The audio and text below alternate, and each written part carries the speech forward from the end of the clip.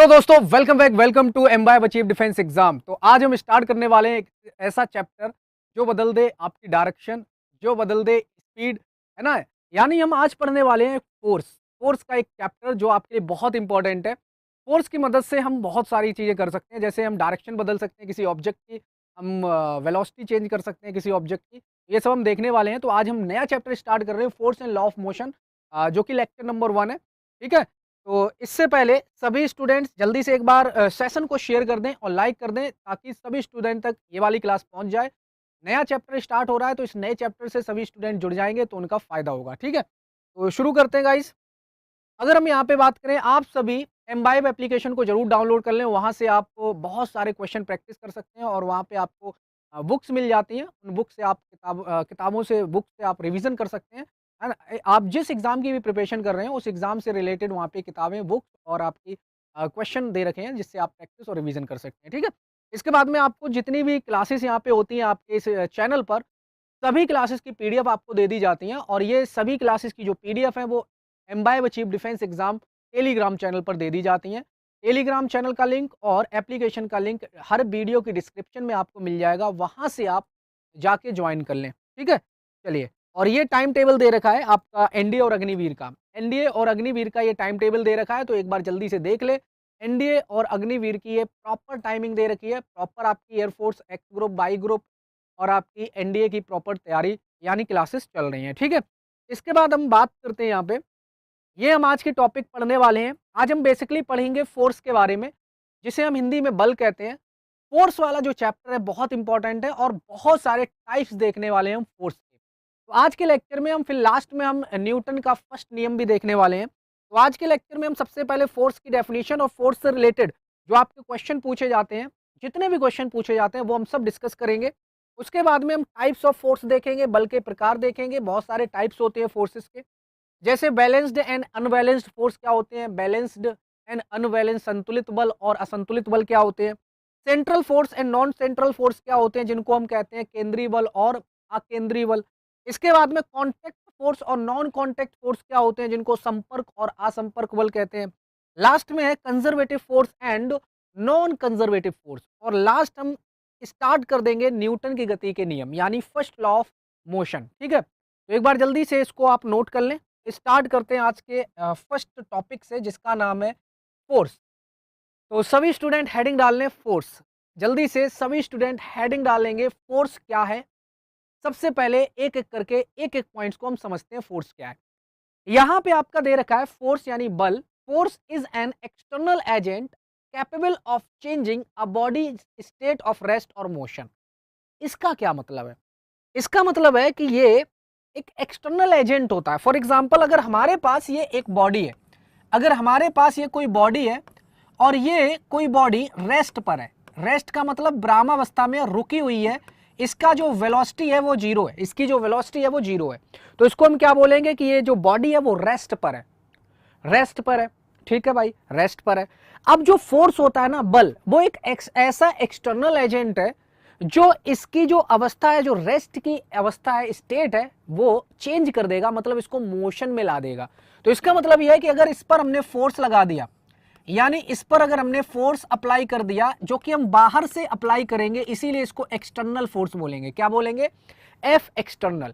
आपने इस बॉडी पर बाहर से एक फोर्स लगा दिया, तो ये जो बॉडी है ये आ जाएगी मोशन में। किस में आ जाएगी मेरे दोस्त? मोशन में आ जाएगी ये बॉडी, यानी ये जो बॉडी है ये गति में आ जाएगी। तो ये मोशन की स्टेट में आ जाएगी, गति की अवस्था में आ जाएगी। तो फोर्स का काम यहां पे आपको समझ आ गया होगा। फोर्स है क्या?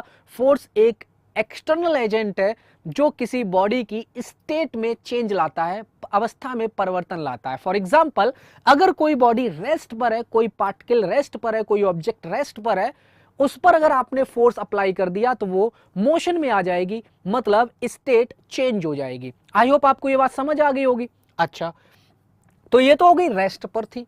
अगर कोई बॉडी मोशन में है, अगर कोई बॉडी मोशन में है, अगर कोई body already v metre per second की वेलोसिटी से चल रही है, तो इसका मतलब ये बॉडी मोशन में है। क्या है? मोशन में है, ये बॉडी गति में है। और अगर आपने इसमें एक्सटर्नल फोर्स अप्लाई कर दिया, if you applied external force, F external, आपने बाहर से कोई धक्का मार दिया, पुश कर दिया, धक्का मार दिया इस पर, इस बॉडी पर, तो ये जो v मीटर पर सेकंड की वेलोसिटी से चल रही थी अब इसकी वेलोसिटी और बढ़ जाएगी और चेंज हो जाएगी। तो इसका मतलब अगर कोई बॉडी रेस्ट पर है या कोई बॉडी मोशन में है तो उसकी अवस्था में परिवर्तन लाता है कौन? फोर्स। बात समझ आ गई?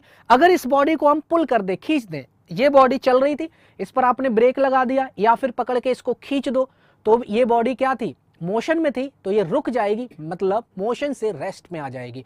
तो फोर्स की पहली डेफिनेशन हमने समझाई। फोर्स क्या है? एक एक्सटर्नल एजेंट है। फोर्स क्या है? एक एक्सटर्नल एजेंट है जो किसी बॉडी की अवस्था में परिवर्तन लाता है। अगर कोई बॉडी रेस्ट पर है तो उसको हम मोशन में ला सकते हैं, अगर कोई बॉडी मोशन में है तो उसको हम रेस्ट पर ला सकते हैं। ये फोर्स का काम है। आई होप आपको समझ आ गया होगा। तो इस डेफिनेशन को आप जल्दी से नोट करेंगे।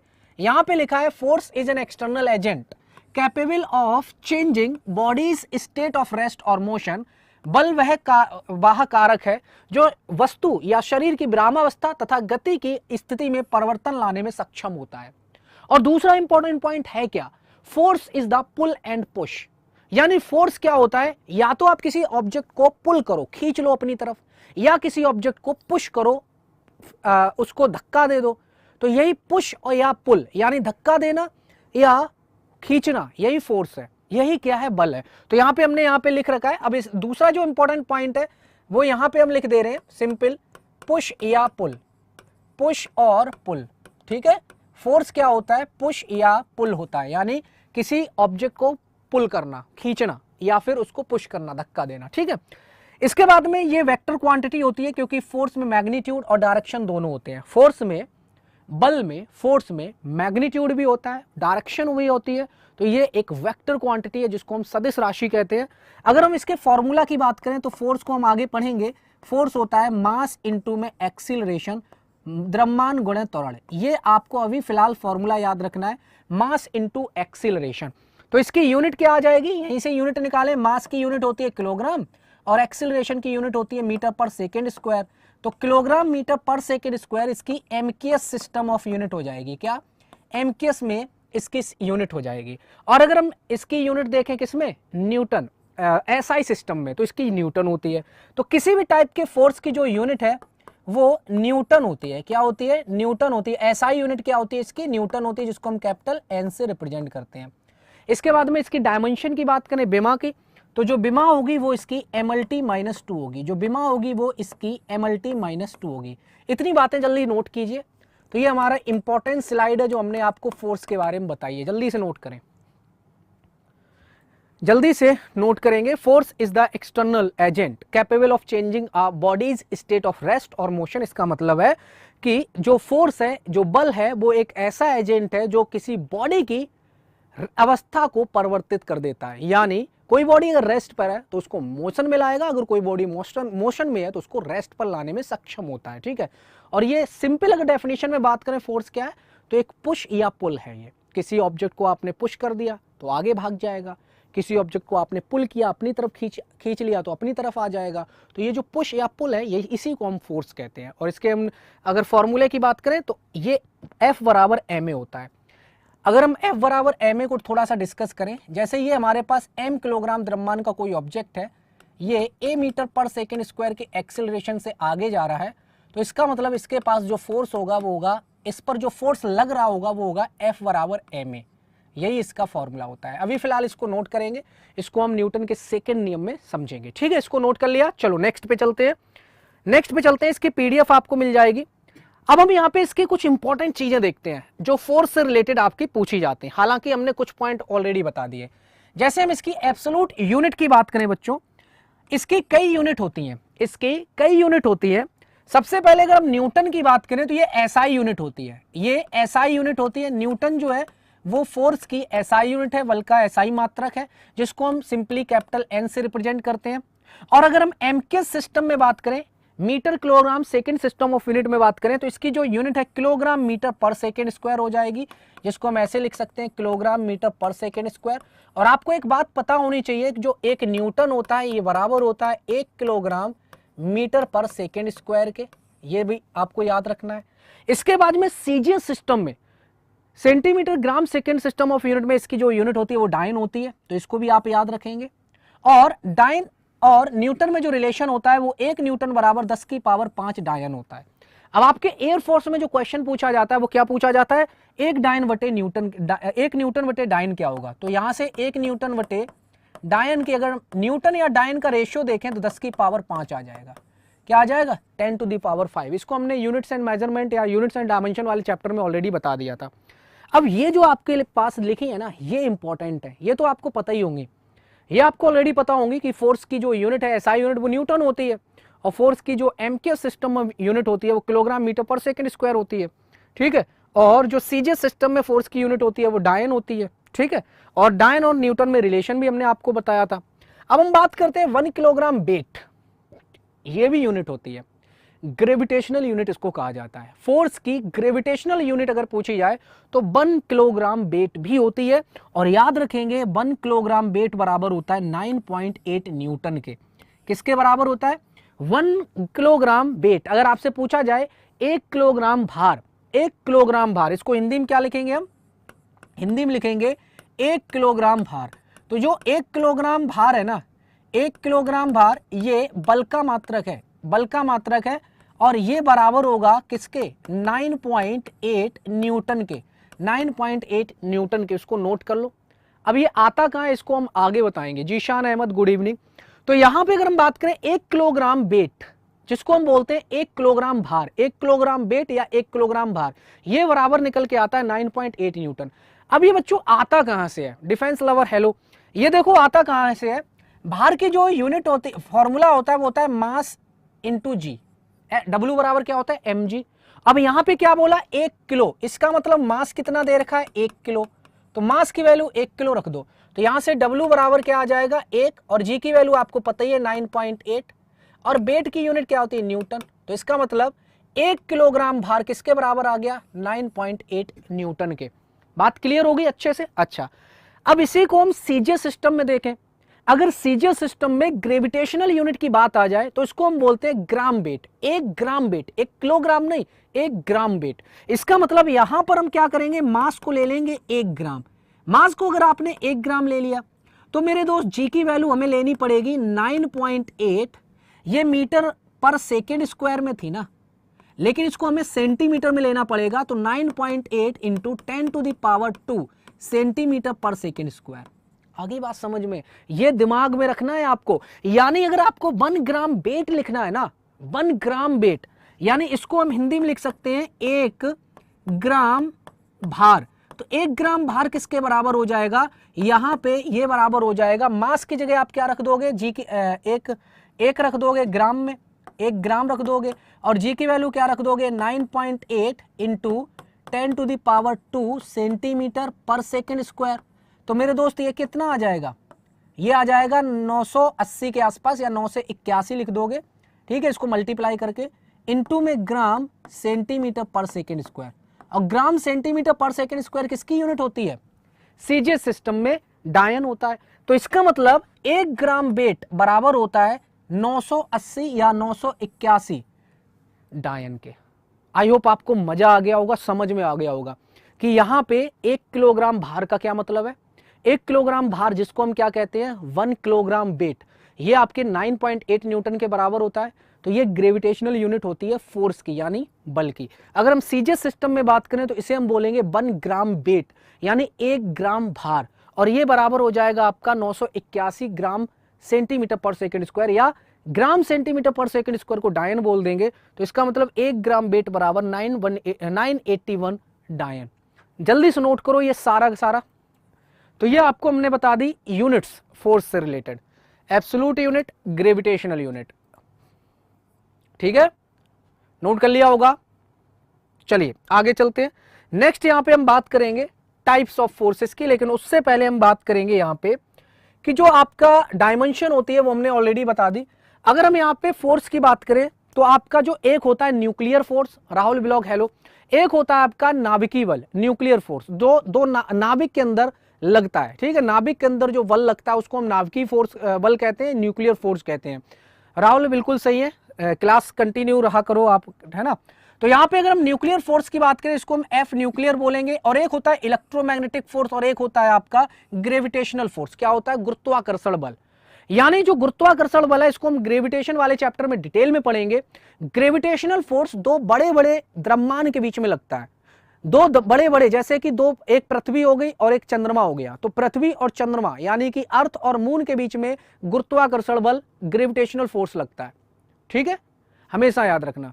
सूरज और जितने भी प्लेनेट हैं उनके बीच में ग्रेविटेशनल फोर्स लगता है, गुरुत्वाकर्षण बल लगता है। अब वो आपको देखने में बड़ा लग रहा होगा, लेकिन ये वीकेस्ट फोर्स है, सबसे कमजोर बल है। याद रखना, ग्रेविटेशनल फोर्स सबसे वीक, कमजोर बल है।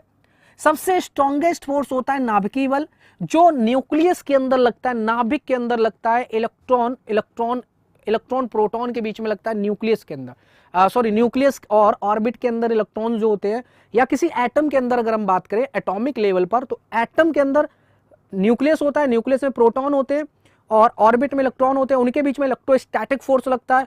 अगर हम न्यूक्लियस के अंदर जाएं, सिर्फ प्रोटॉन और प्रोटॉन न्यूट्रॉन होते हैं, उनके बीच में जो फोर्स लगता है उसे बोलते हैं न्यूक्लियर फोर्स।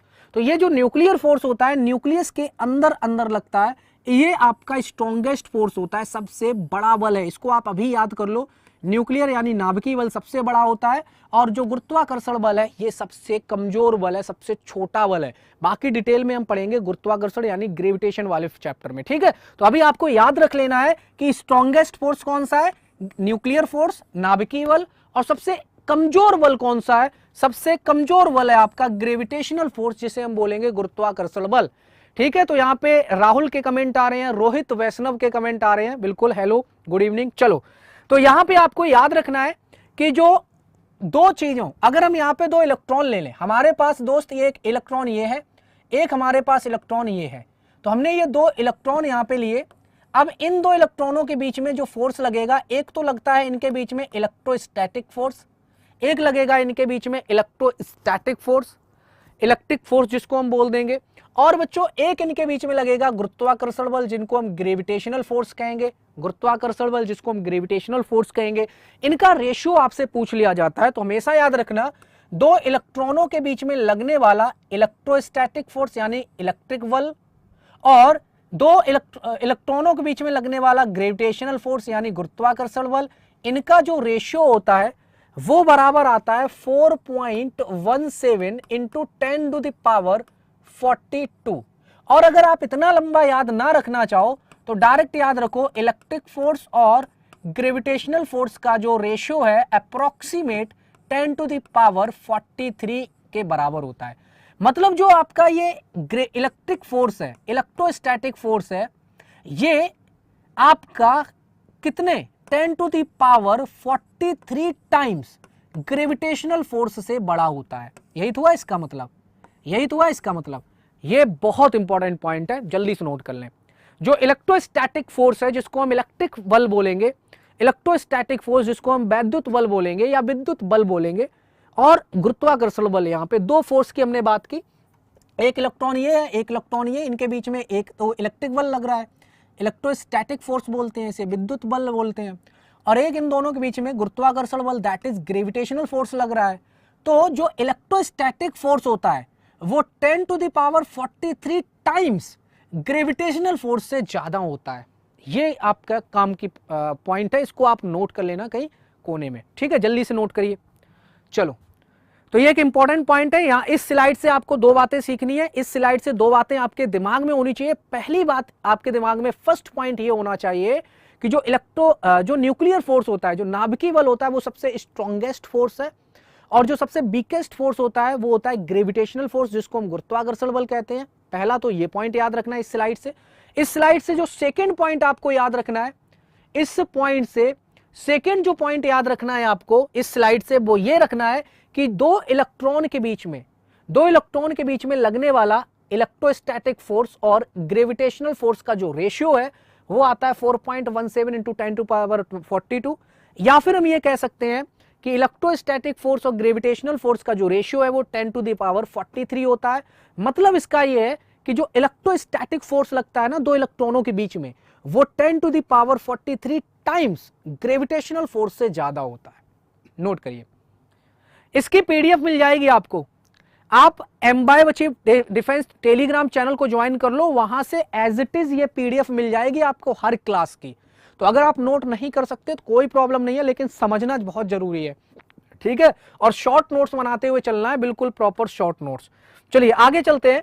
नेक्स्ट हम पढ़ेंगे यहाँ पे, अच्छा एक बार हमने ये देख लेना है थोड़ा सा, इसको हम देख लेते हैं कि अगर हम यहाँ पे बात करें फर्स्ट वाले की, ये देखो क्या कर रहा है, पुश कर रहा है, ये पुश कर रहा है ब्लॉक को, ये ब्लॉक को धक्का मार रहा है, तो ये क्या लगा रहा है, एक बल लगा रहा है, एक फोर्स लगा रहा है।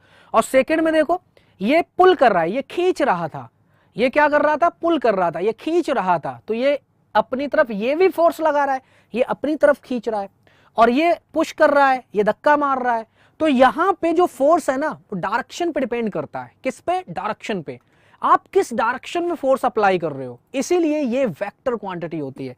हमने क्या बोला यहां पे, जरा ध्यान से देखो, इन्होंने फोर्स लगाया किस डायरेक्शन में, इन्होंने फोर्स लगाया इस डायरेक्शन में, तभी ये ब्लॉक इस डायरेक्शन में गया, और इन्होंने अपनी तरफ खींचा, इस डायरेक्शन में फोर्स लगाया, तो ये ब्लॉक इनकी तरफ गया। तो इसका मतलब जो फोर्स है वो डायरेक्शन पे डिपेंड कर रहा है, इसीलिए जो फोर्स है वो वेक्टर क्वांटिटी होती है। क्या होती है, एक वेक्टर क्वांटिटी होती है, जिसको हम सदिश राशि कहते हैं। तो इसको आप जल्दी से नोट कर लें, ठीक है भाई। तो इसीलिए हमने बोला है कि force is the push and pull. चलो नेक्स्ट पे चलते हैं। नेक्स्ट यहां पे हमारा है फोर्स क्या क्या कर सकता है। अगर आप ध्यान से देखो, फोर्स कर क्या क्या कर सकता है। अगर आप इस डायरेक्शन में जा रहे हो और इधर से हमने फोर्स लगा दिया, तो ये क्या करेगा, ये डायरेक्शन बदल सकता है। फोर्स किसी ऑब्जेक्ट की डायरेक्शन बदल सकता है, ठीक है। हेलो उर्मिला, चलिए तो यहां पे हमने क्या बोला कि जो फोर्स है ना वो क्या क्या कर सकता है। हमने पहले फोर्स की डेफिनेशन समझ ली प्रॉपर तरीके से। फोर्स होता क्या है, पुश या पुल या एक्सटर्नल एजेंट होता है जो किसी ऑब्जेक्ट की स्टेट को चेंज कर सकता है, यानी कोई ऑब्जेक्ट रुका हुआ है तो वो उसे मोशन में ला सकता है। अगर कोई ऑब्जेक्ट ऑलरेडी मोशन में है तो हम फोर्स की हेल्प से उसको रोक सकते हैं, स्टॉप कर सकते हैं, ठीक है। अब हम यहां पे बात करते हैं, हम किसी ऑब्जेक्ट की डायरेक्शन बदल सकते हैं फोर्स की हेल्प से। फोर्स की हेल्प से हम किसी ऑब्जेक्ट की डायरेक्शन बदल सकते हैं, दिशा बदल सकते हैं। मतलब अगर ये ऑब्जेक्ट इस तरीके से जा रहा है और हमने इधर से फोर्स लगाया, इस डायरेक्शन में फोर्स लगाया, तो आपको पता होना चाहिए इसकी डायरेक्शन इधर हो जाएगी कि नहीं। अगर ये ऐसे ऑब्जेक्ट जा रहा है, हमने इधर से फोर्स लगाया, तो इसकी डायरेक्शन बदल गई कि नहीं, चेंज हो जाएगी।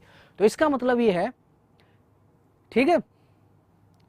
जीशान अहमद सर बहुत जल्दी जल्दी बोल रहे हैं। अरे कहाँ जल्दी जल्दी बोल रहे हैं, ये समझने वाली चीजें हैं, ये तो आपको जल्दी जल्दी समझ आ जाएंगी। ये जस्ट थ्योरी है ना, ये अच्छे समझ आ जाएगी आपको। हमने क्या बोला कि कोई ऑब्जेक्ट ऐसे जा रहा है, इस डायरेक्शन में अगर कोई ऑब्जेक्ट जा रहा है और आपने ऐसे फोर्स लगाया तो इसकी डायरेक्शन बदल जाएगी। तो हम फोर्स की हेल्प से हम डायरेक्शन बदल सकते हैं, ठीक है भाई। फोर्स की हेल्प से हम किसी ऑब्जेक्ट की डायरेक्शन को बदल सकते हैं, हम किसी ऑब्जेक्ट की दिशा को बदल सकते हैं, किसी ऑब्जेक्ट की दिशा को बदल सकते हैं, या फिर कोई ऑब्जेक्ट चल रहा है हम उसकी वेलोसिटी को इंक्रीज कर सकते हैं या डिक्रीज कर सकते हैं। ओके, नोट करते रहिए आप लोग। हम आपको पूरा मौका दे रहे हैं, पूरा टाइम दे रहे हैं नोट करने के लिए, और इसकी पीडीएफ हम आपको इसीलिए बार बार बता रहे कि आपको इस सभी की पीडीएफ मिल जाएगी, ठीक है। इन सब की पीडीएफ आपको M-Vibe टेलीग्राम चैनल पर मिल जाएगी। देखो हमारे पास ये कोई ऑब्जेक्ट है बच्चों, ये अगर ऑलरेडी मान लीजिए 100 मीटर पर सेकेंड की वेलोसिटी से चल रहा है, इस पर आपने धक्का मार दिया, पुश कर दिया, एक फोर्स अप्लाई कर दिया, तो इसकी जो डायरेक्शन वेलोसिटी है वो क्या हो जाएगी, इंक्रीज हो जाएगी। तो मतलब इसका है कोई भी ऑब्जेक्ट कोई जो फोर्स है वो किसी ऑब्जेक्ट की वेलोसिटी इंक्रीज कर सकता है। अगर हमारे पास ये कोई ऑब्जेक्ट है, ये मान लीजिए 100 किलोमीटर या 100 मीटर पर सेकेंड की वेलोसिटी से चल रहा है, अगर आपने इस पर उल्टी दिशा में फोर्स अप्लाई कर दिया, उल्टी दिशा में फोर्स अप्लाई करने का मतलब है जब आप ब्रेक लगाते हो, किसी गाड़ी में ब्रेक लगाए जाते हैं, जब किसी गाड़ी में ब्रेक लगाते हैं तो वो अपोजिट डायरेक्शन में फोर्स अप्लाई करते हैं। जैसे गाड़ी आगे जा रही है और आपने ब्रेक लगाया तो इसका मतलब है पीछे की डायरेक्शन में फोर्स लगता है, तो उसी को बोलते हैं ब्रेक, है ना। तो अगर आप गाड़ी आगे जा रही है, ब्रेक पीछे लग गए, तो ये गाड़ी क्या होगी, स्लो हो जाएगी, मतलब इसकी जो वेलोसिटी है डिक्रीज हो जाएगी, ठीक है। या फिर एक काम और कर सकता है फोर्स किसी ऑब्जेक्ट की शेप चेंज कर सकता है। जैसे ये देखो यहां पे आपको दिख रही है एक फुटबॉल है या एक बॉल है, बॉल से हमने दोनों तरफ से ऐसे कंप्रेस कर दिया, दबा दिया, तो उसकी देखो शेप चेंज हो गई कि नहीं हो गई, शेप चेंज हो गई। तो यानी फोर्स की हेल्प से हम क्या क्या कर सकते हैं, सुनो एक एक पॉइंट। फोर्स की हेल्प से अगर कोई ऑब्जेक्ट रुका हुआ है तो उसको मोशन में ला सकते हैं। फोर्स की हेल्प से अगर कोई ऑलरेडी ऑब्जेक्ट चल रहा है तो उसको हम रोक सकते हैं। फोर्स की हेल्प से किसी ऑब्जेक्ट की फोर्स की हेल्प से किसी ऑब्जेक्ट की हम स्पीड को कम कर सकते हैं। फोर्स की हेल्प से हम किसी ऑब्जेक्ट की दिशा बदल सकते हैं, डायरेक्शन बदल सकते हैं, ठीक है। और फोर्स की हेल्प से हम किसी ऑब्जेक्ट की शेप बदल सकते हैं। जीशान अहमद, अरे आप पहले दिन आए हो ना, फर्स्ट टाइम आप दिख रहे हो मुझे। आप डेली पढ़ोगे ना तो आपको आदत हो जाएगी। जब आप फर्स्ट टाइम पढ़ते हो ना तो फर्स्ट टाइम में कुछ चीजें एडजस्ट करने में टाइम लगता है। एक दो लेक्चर जब आप लोगे, एक दो लेक्चर को एडजस्ट करने में टाइम लगता है। हमने आपके 5-4 चैप्टर करवा दिए हैं, 4 चैप्टर ऑलरेडी डन, 4 चैप्टर हो चुके हैं। तो आप प्लेलिस्ट में जाओ, प्लेलिस्ट में आपको 4 चैप्टर मिल जाएंगे। आप जब 3-4 चैप्टर पढ़ोगे ना तो 3-4 लेक्चर लोगे तो अपने आप आदत में आ जाओगे, है ना। जब नए नए टीचर से आप स्टार्ट करते हो पढ़ना तो ये थोड़ी सी प्रॉब्लम आती है, एडजस्ट होने में टाइम लगता है। चलिए नेक्स्ट पॉइंट पे चलते हैं, ठीक है। इसको नोट कर लो जल्दी से।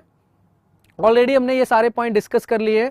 फोर्स यानी बल, फोर्स यानी बल, बल की मदद से हम किसी वस्तु की दिशा बदल सकते हैं, बल की मदद से हम किसी वस्तु के वेग में वृद्धि कर सकते हैं या उसकी कमी कर सकते हैं उसमें, ठीक है। और अगर हम यहाँ पे बात करें, पिंड का आकार भी हम बदल सकते हैं, किसकी मदद से, फोर्स की मदद से, ठीक है।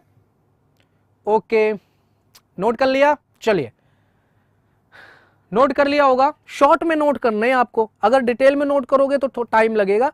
एकदम अपने नोट्स जो बनाना ना वो एकदम शॉर्ट में बनाने हैं आपको, ठीक है। हाँ बिल्कुल ललित, बिल्कुल। अब देखो हम टाइप्स ऑफ फोर्स की बात करेंगे यहाँ पे कि बलों के प्रकार क्या क्या है, फोर्स के टाइप क्या क्या है। फॉर एग्जाम्पल अगर हम यहाँ पे टाइप ऑफ फोर्स की बात करें, बलों के प्रकार की अगर हम बात करें तो सबसे पहले होते हैं कॉन्टैक्ट फोर्स, जिन्हें हम बोलते हैं संपर्क बल। और कुछ होते हैं नॉन कॉन्टैक्ट फोर्स, जिनको हम बोलते हैं गैर संपर्क बल या असंपर्क बल। तो एक एक करके देखते हैं संपर्क बल क्या होते हैं। तो सबसे पहले आप देख लो, यहाँ पे एक होता है टेंशन फोर्स, जिसको हम तनाव बल कहते हैं, जो रस्सियों में उत्पन्न होता है। अभी हम एक एक करके सिखाएंगे, समझाएंगे। एक होता है नॉर्मल रिएक्शन, जिसको अविलंब बल कहते हैं। एक होता है फ्रिक्शन, घर्षण बल कहलाता है। एक होता है स्प्रिंग फोर्स, जिसको हम स्प्रिंग बल कहते हैं। तो पहले हम इन चारों को समझ लेते हैं, ठीक है भाई, इन चारों को समझ लो। देखो नोट्स तो आपको पीडीएफ के फॉर्म में मिल जाएंगे, समझना बहुत जरूरी है, समझना बहुत जरूरी है। इसीलिए जितने भी हम पॉइंट समझा रहे हैं वो आपको नोट कर लेने हैं, वो आपको समझने हैं, बाकी आपको सब समझ आ जाएगा। देखो सबसे पहले हम बात करते हैं टेंशन फोर्स की। तो सभी बच्चे बताओ, टेंशन फोर्स आपने पहली बार सुना या फिर आप जानते हैं? टेंशन फोर्स कहां पे होता है? तनाव बल जिसको हम कहते हैं, रस्सियों में। आपने देखा होगा, आपने अगर ये एक रस्सी ली इस तरीके से, इसको हम बोलेंगे स्ट्रिंग यानी रस्सी। आपने ये क्या ली? रस्सी ली, और रस्सी में आपने क्या बांध दिया? एक m किलोग्राम का कोई ऑब्जेक्ट बांध दिया या कोई पत्थर बांध दिया। m किलोग्राम का कोई ऑब्जेक्ट बांध दिया। तो ये जो रस्सी में तनाव होता है ना, रस्सी में जो तनाव होता है, इसी को हम तनाव बल कहते हैं, टेंशन फोर्स कहते हैं। रस्सी में जो तनाव होता है इसी को हम टेंशन फोर्स कहते हैं। फॉर एग्जाम्पल आपने देखा होगा, इस तरीके से हमने रस्सी ली और इस रस्सी में हमने 10 किलो का कोई पत्थर बांध दिया, 10 किलो का कोई पत्थर बांध दिया, और इस रस्सी को हमने इससे बांध दिया, छत पे लटका दिया ऐसे, या किसी पेड़ से लटका दिया, और एक तरफ हमने 10 किलो का कोई पत्थर बांध दिया रस्सी से। तो रस्सी का भार, इस पत्थर का जो भार होगा वो नीचे की ओर लगेगा mg, नीचे की ओर लगेगा mg। इसे हम भार कहते हैं, इसे हम क्या कहते हैं? भार कहते हैं। अगर हमारे पास कोई m किलोग्राम द्रव्यमान का ऑब्जेक्ट है, तो m किलोग्राम द्रव्यमान का जो ऑब्जेक्ट है, नीचे पृथ्वी की तरफ एक फोर्स लगता है जिसको हम mg कहते हैं। क्या कहते हैं? mg कहते हैं। तो W बराबर mg, ये क्या लग रहा है? नीचे की तरफ फोर्स लग रहा है जो पृथ्वी खींचती है, और इसी को बच्चों हम क्या कहते हैं? भार कहते हैं। इसी को हम भार कहते हैं, वेट कहते हैं। तो अगर नीचे की ओर फोर्स लग रहा है तो इस पर एक तनाव लगता है ऊपर की ओर, जस्ट अपोजिट डायरेक्शन में एक तनाव लगता है, इसी को हम बोलते हैं टेंशन फोर्स। जो रस्सी में तनाव होता है, आपने देखा होगा, रस्सी आपने ली और दोनों हाथ से आप रस्सी को खींचो ऐसे, तो रस्सी एकदम तन जाती है, एक टेंशन हो जाती है ना, रस्सी टेंस्ड हो जाती है, रस्सी में तनाव आ जाता है, तो वही कहलाता है तनाव बल। आई होप समझ आ गया होगा। तो इसको हम क्या कहते हैं? इसकी भी यूनिट क्या होती है? न्यूटन होती है। इसकी भी यूनिट क्या होती है? न्यूटन होती है। नोट करो जल्दी से। तो एक तो हो गया आपका टेंशन फोर्स, जिसको हम क्या कहते हैं, तनाव बल कहते हैं। इसके बाद में दूसरा हम देखते हैं, इसको नोट कर लिया सभी ने, इसको नोट कर लिया सभी ने, टेंशन फोर्स यानी तनाव बल। रस्सी में उत्पन्न होने वाला ये क्या कहलाता है, टेंशन कहलाता है, टेंशन फोर्स कहलाता है। सेकंड बच्चों हम समझते हैं, सेकंड जो हमारा टाइप है, देखो सेकंड टाइप क्या है, सेकंड जिसको हम क्या कहते हैं, नॉर्मल रिएक्शन। अब इसको जरा ध्यान से समझना सभी, इसे हम बात करेंगे, ये होती है नॉर्मल रिएक्शन, ठीक है, नॉर्मल रिएक्शन। जैसे ये कोई सरफेस है, ये क्या है, कोई सरफेस है, ध्यान से सुनना मेरी बात को, ये हमारे पास कोई सरफेस है और इस सरफेस पे कोई ब्लॉक रखा हुआ है। ये मान लो इस सरफेस पे कोई ब्लॉक रखा हुआ है m किलोग्राम द्रव्यमान का, m किलोग्राम द्रव्यमान का कोई ब्लॉक रखा हुआ है। तो क्या होता है कि नीचे की तरफ, जमीन की तरफ कौन सा फोर्स लगेगा बच्चों, mg लगेगा, लगेगा कि नहीं, पृथ्वी नीचे की ओर खींचेगी, जिसे भार कहेंगे, इसे हम क्या बोलेंगे, फोर्स कह दो, भार, वेट कह दो, या फिर mg कह दो। तो पृथ्वी m किलोग्राम द्रव्यमान को अपनी तरफ खींचेगी और ये किसी सरफेस पे रखा हुआ है। तो आपने देखा होगा ये सरफेस पे जो ब्लॉक रखा है, क्या सरफेस दब रही है नीचे, नहीं दब रही। क्यों नहीं दब रही, क्योंकि इसी के परपेंडिकुलर, इसी के 90 डिग्री पर, इसी के 90 डिग्री पर एक नॉर्मल रिएक्शन फोर्स लगती है, नॉर्मल रिएक्शन फोर्स लगती है।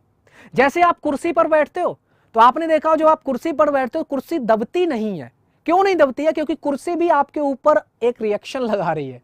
आप कुर्सी पर बैठे, तो आप कुर्सी पर बैठे, आपका जो वजन है, आपका जो वजन है उसकी वजह से नीचे की ओर फोर्स लग रहा है पृथ्वी की तरफ, पृथ्वी खींच रही है आपको। लेकिन कुर्सी क्या कर रही है, जितनी फोर्स से पृथ्वी खींच रही है उतना ही फोर्स नॉर्मल रिएक्शन के रूप में ऊपर लगा रही आप पर, इसीलिए कुर्सी नीचे दबती नहीं है। सोफा दब जाता है क्योंकि सोफा उतना नॉर्मल रिएक्शन नहीं लगा पाता है। तो सोफा पे आप बैठते हो, गद्दे पे आप बैठते हो, एकदम गद्दा दब जाता है कुछ हद तक, देखा। तो इसका मतलब यह है कि अगर कोई ऑब्जेक्ट किसी दूसरी सरफेस पे रखा हो, कोई भी ऑब्जेक्ट किसी सरफेस पे रखा हो, तो सरफेस पे एक परपेंडिकुलर जस्ट 90 डिग्री, सरफेस के 90 डिग्री एक नॉर्मल रिएक्शन होती है। बात क्लियर है, समझ आ गया होगा आई थिंक। और इसकी भी यूनिट क्या होती है, न्यूटन होती है। इसकी भी यूनिट क्या होती है मेरे दोस्त, एसआई यूनिट न्यूटन होती है। अगर मान लो सरफेस ऐसी है, आपने देखा होगा कभी कभी सरफेस ऐसी होती है जो थीटा एंगल पर है बच्चों, और ब्लॉक ऐसे रखा हुआ है, और ब्लॉक ऐसे रखा हुआ है, ये m किलोग्राम का कोई ब्लॉक है ना। तो अब जरा बताओ नॉर्मल रिएक्शन कैसी होगी। तो यहां पर सरफेस क्या है, यहां पर सरफेस मेरे दोस्त ये है। नॉर्मल रिएक्शन हमेशा ये जो ब्लॉक रखा होगा ना जिस सरफेस पे, उसके परपेंडिकुलर होगी। तो ये होगी मेरे दोस्त नॉर्मल रिएक्शन, हमेशा जिस सरफेस पे रखा होगा उसके परपेंडिकुलर होगी। बात क्लियर, नोट करो जल्दी से ये सारी चीजें। और जो आपका ग्रेविटेशनल, जो नीचे की तरफ फोर्स लग रहा होगा, जो नीचे की तरफ फोर्स लग रहा होगा, वो तो हमेशा परपेंडिकुलर नीचे की ओर लगेगा, mg फोर्स, जिसको हम क्या बोलेंगे, w यानी भार बोलेंगे, जिसको हम वेट बोलेंगे। बात समझ आ रही है, नोट करो ये सारी चीजें। ये हमेशा नीचे की ओर लगेगा, वर्टिकली डाउनवर्ड, अर्थ की तरफ, पृथ्वी की तरफ। और जो नॉर्मल रिएक्शन होती है वो जिस सरफेस पे ऑब्जेक्ट रखा होगा उसके परपेंडिकुलर लगेगा, ठीक है।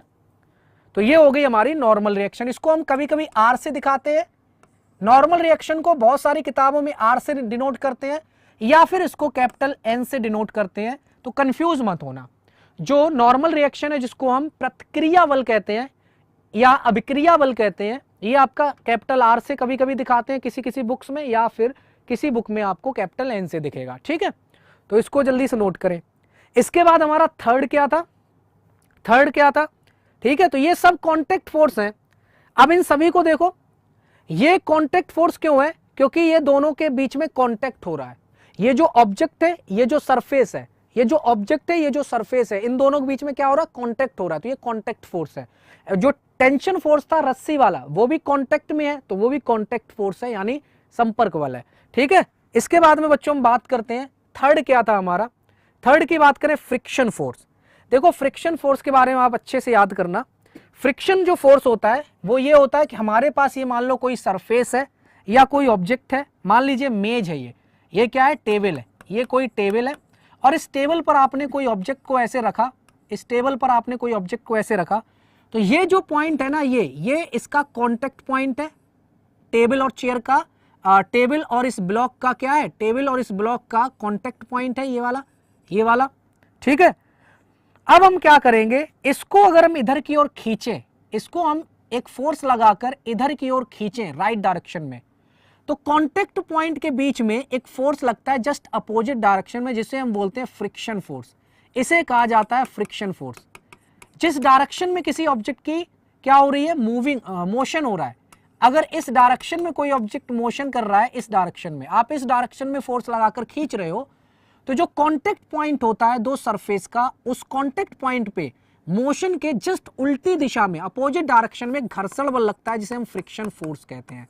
इसके बारे में डिटेल में हम पढ़ेंगे इसके चैप्टर में, लेकिन अभी आपको याद रखना है कि ये जो फ्रिक्शन फोर्स है ये भी आपका एक फोर्स है। इसकी भी यूनिट क्या होती है, न्यूटन होती है। जितने भी टाइप के फोर्स होते हैं उन सबकी यूनिट बच्चों न्यूटन होती है, ठीक है। तो हमने 3 टाइप के पढ़ लिए, और ये भी कांटेक्ट फोर्स है, क्योंकि ये जो ब्लॉक है m किलोग्राम का, ये कांटेक्ट में है किसके, इस मेज के कांटेक्ट में है, तो इसीलिए इसको हम क्या बोलते हैं, कांटेक्ट फोर्स कहते हैं। क्या बोलते हैं, कांटेक्ट फोर्स, यानी संपर्क में है, संपर्क बल कहलाएगा। इसके बाद में एक लास्ट है स्प्रिंग फोर्स। अगर हम यहां पे बात करें, ये आपकी स्प्रिंग है, ये क्या है, स्प्रिंग है, और इस स्प्रिंग को अगर आपने इधर की ओर खींचा, एक फोर्स लगा के इधर की ओर खींचा, तो स्प्रिंग अपने आप उल्टी दिशा में एक फोर्स लगाती है, इसे बोलते हैं स्प्रिंग फोर्स, इसे बोलते हैं स्प्रिंग फोर्स, ठीक है भाई, नोट कर लो इसको हम आगे पढ़ेंगे, डिटेल में पढ़ेंगे। जब स्प्रिंग वाला कॉन्सेप्ट पढ़ेंगे तो उसमें हम डिटेल में पढ़ेंगे। जब आप किसी स्प्रिंग को खींचते हो, आपने भी ये महसूस किया होगा, आपने भी ये फील किया होगा कि जब आप किसी स्प्रिंग को अपनी तरफ खींचते हो या कहीं भी स्प्रिंग को खींचते हो, स्प्रिंग भी अपनी तरफ उस पर एक फोर्स लगाती है कि नहीं। आप कभी भी चेक करके देखना, स्प्रिंग को खींचना, स्प्रिंग आपके हाथ पर फोर्स लगा रही होगी अपनी तरफ। तो आप जब किसी ऑब्जेक्ट को, स्प्रिंग को इधर की ओर खींचोगे राइट डायरेक्शन में, तो जस्ट अपोजिट डायरेक्शन में स्प्रिंग फोर्स लगा रही होगी, जिसे स्प्रिंग फोर्स कहा जाता है, जिसे क्या कहा जाता है, स्प्रिंग फोर्स कहा जाता है, ठीक है। तो ये आपके जितने भी हैं ये सब कांटेक्ट फोर्स हैं, इनको हम संपर्क बल कहते हैं। क्या बोलते हैं, इनको हम संपर्क बल कहते हैं, कांटेक्ट फोर्स कहते हैं। तो 4 टाइप के हमने फोर्स आपको समझा दिए, जरा यहां पे चेक कर लें सभी बच्चे।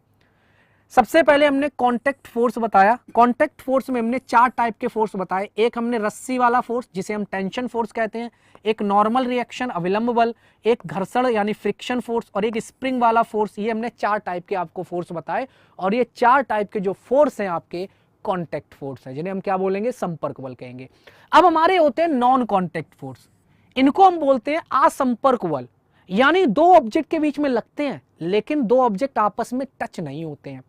2 ऑब्जेक्ट के बीच में लगने वाला बल, लेकिन 2 ऑब्जेक्ट आपस में टच नहीं होते हैं। देखो, सबसे पहले ग्रेविटेशनल फोर्स है यहाँ पे।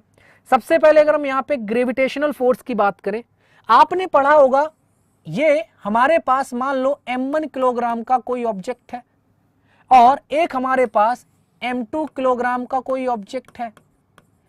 ब्रह्मांड में कोई भी 2 ऑब्जेक्ट ले लिए, 2 वस्तुएं ले ली। फॉर एग्जाम्पल, हमने मान लो इसको एक दूसरा प्लेनेट P1 ले लिया, इसको हमने एक दूसरा प्लेनेट P2 ले लिया, कोई 2 हमने ग्रह ले लिए प्लेनेट।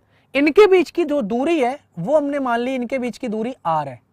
तो इनके बीच जो फोर्स लगता है वो आपका ग्रेविटेशनल फोर्स कहलाता है, गुरुत्वाकर्षण बल कहलाता है।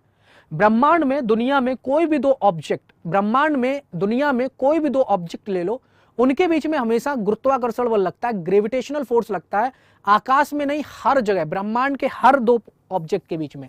हमारे पास ये बोतल है, हमारे पास ये पेन है, इन दोनों के बीच में भी आपका ग्रेविटेशनल फोर्स लग रहा है, लेकिन इन दोनों के बीच में जो ग्रेविटेशनल फोर्स लग रहा है ना, वो बहुत कम होता है, इसलिए वो दिखाई नहीं पड़ता है, महसूस नहीं होता है।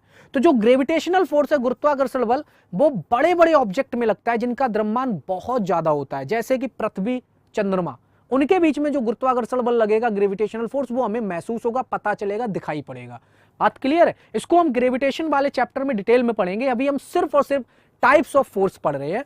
तो यहां पे आप हमेशा याद रखना, ब्रह्मांड में यानी यूनिवर्स में कोई भी 2 ऑब्जेक्ट ले लो, कोई भी 2 वस्तुएं ले लीजिए, तो ब्रह्मांड में और यूनिवर्स में कोई भी 2 ऑब्जेक्ट, हमेशा उनके बीच में क्या लगता है, ग्रेविटेशनल फोर्स लगता है, गुरुत्वाकर्षण बल लगता है। और आपको ध्यान से देखो, क्या दोनों आपस में टच कर रहे हैं? ये टच नहीं कर रहे हैं, ये याद रखो, ये हमने इनके बीच की दूरी दिखाई है, इन दोनों के बीच की डिस्टेंस हमने यहाँ पे शो की है, यहाँ पे ये इन दोनों के बीच की क्या है, डिस्टेंस है कि ये इतनी दूरी पर है। लेकिन ये ग्रह और ये ग्रह एक दूसरे को टच नहीं कर रहे, लेकिन फिर भी इनके बीच में ग्रेविटेशनल फोर्स लग रहा है, गुरुत्वाकर्षण बल लग रहा है, इसीलिए इनको नॉन कॉन्टैक्ट फोर्स कहते हैं। क्या कहते हैं कि ये नॉन कॉन्टैक्ट फोर्स है। नॉन कॉन्टैक्ट फोर्स का मतलब कि ये आपस में टच नहीं कर रहे, आपस में कॉन्टैक्ट में नहीं है, लेकिन फिर भी इन दोनों के बीच में फोर्स लग रहा है, तो उस फोर्स को क्या कहेंगे, non contact force. I hope समझ आ गया होगा। तो एक तो ये हो गया, और ऐसे ही आपका इलेक्ट्रोस्टैटिक फोर्स होता है, इसको मिटा देते हैं। जैसे आपने देखा होगा, एक इलेक्ट्रॉन लिया आपने, मान लो एक इलेक्ट्रॉन ये ले लिया और एक इलेक्ट्रॉन आपने ये ले लिया, हमने 2 इलेक्ट्रॉन ले लिए और 2 इलेक्ट्रॉन के पास में चार्ज होता है, तो इन 2 इलेक्ट्रॉनों के बीच की दूरी हमने मान ली r है इन दोनों इलेक्ट्रॉन के बीच की दूरी। तो इन 2 इलेक्ट्रॉन के बीच में जो फोर्स लगता है ना, उसे हम इलेक्ट्रोस्टैटिक फोर्स कहते हैं, Fe। इसको कहा जाता है बच्चों इलेक्ट्रोस्टैटिक फोर्स, इलेक्ट्रोस्टैटिक फोर्स जिसको हम बोलते हैं विद्युत स्थैतिक बल। किसी भी 2 चार्जेस के बीच में लगने वाला बल, कोई भी 2 चार्ज ले लो। अगर हम इलेक्ट्रॉन की बात करें, इलेक्ट्रॉन पर माइनस में चार्ज होता है, -1.6 इंटू 10⁻⁻19 कूलम। प्रोटॉन की बात करें तो प्रोटॉन पर प्लस का 1.6 इंटू 10⁻⁻19 कूलम चार्ज होता है। न्यूट्रॉन पर मेरे दोस्त कोई चार्ज नहीं होता है, 0 चार्ज होता है।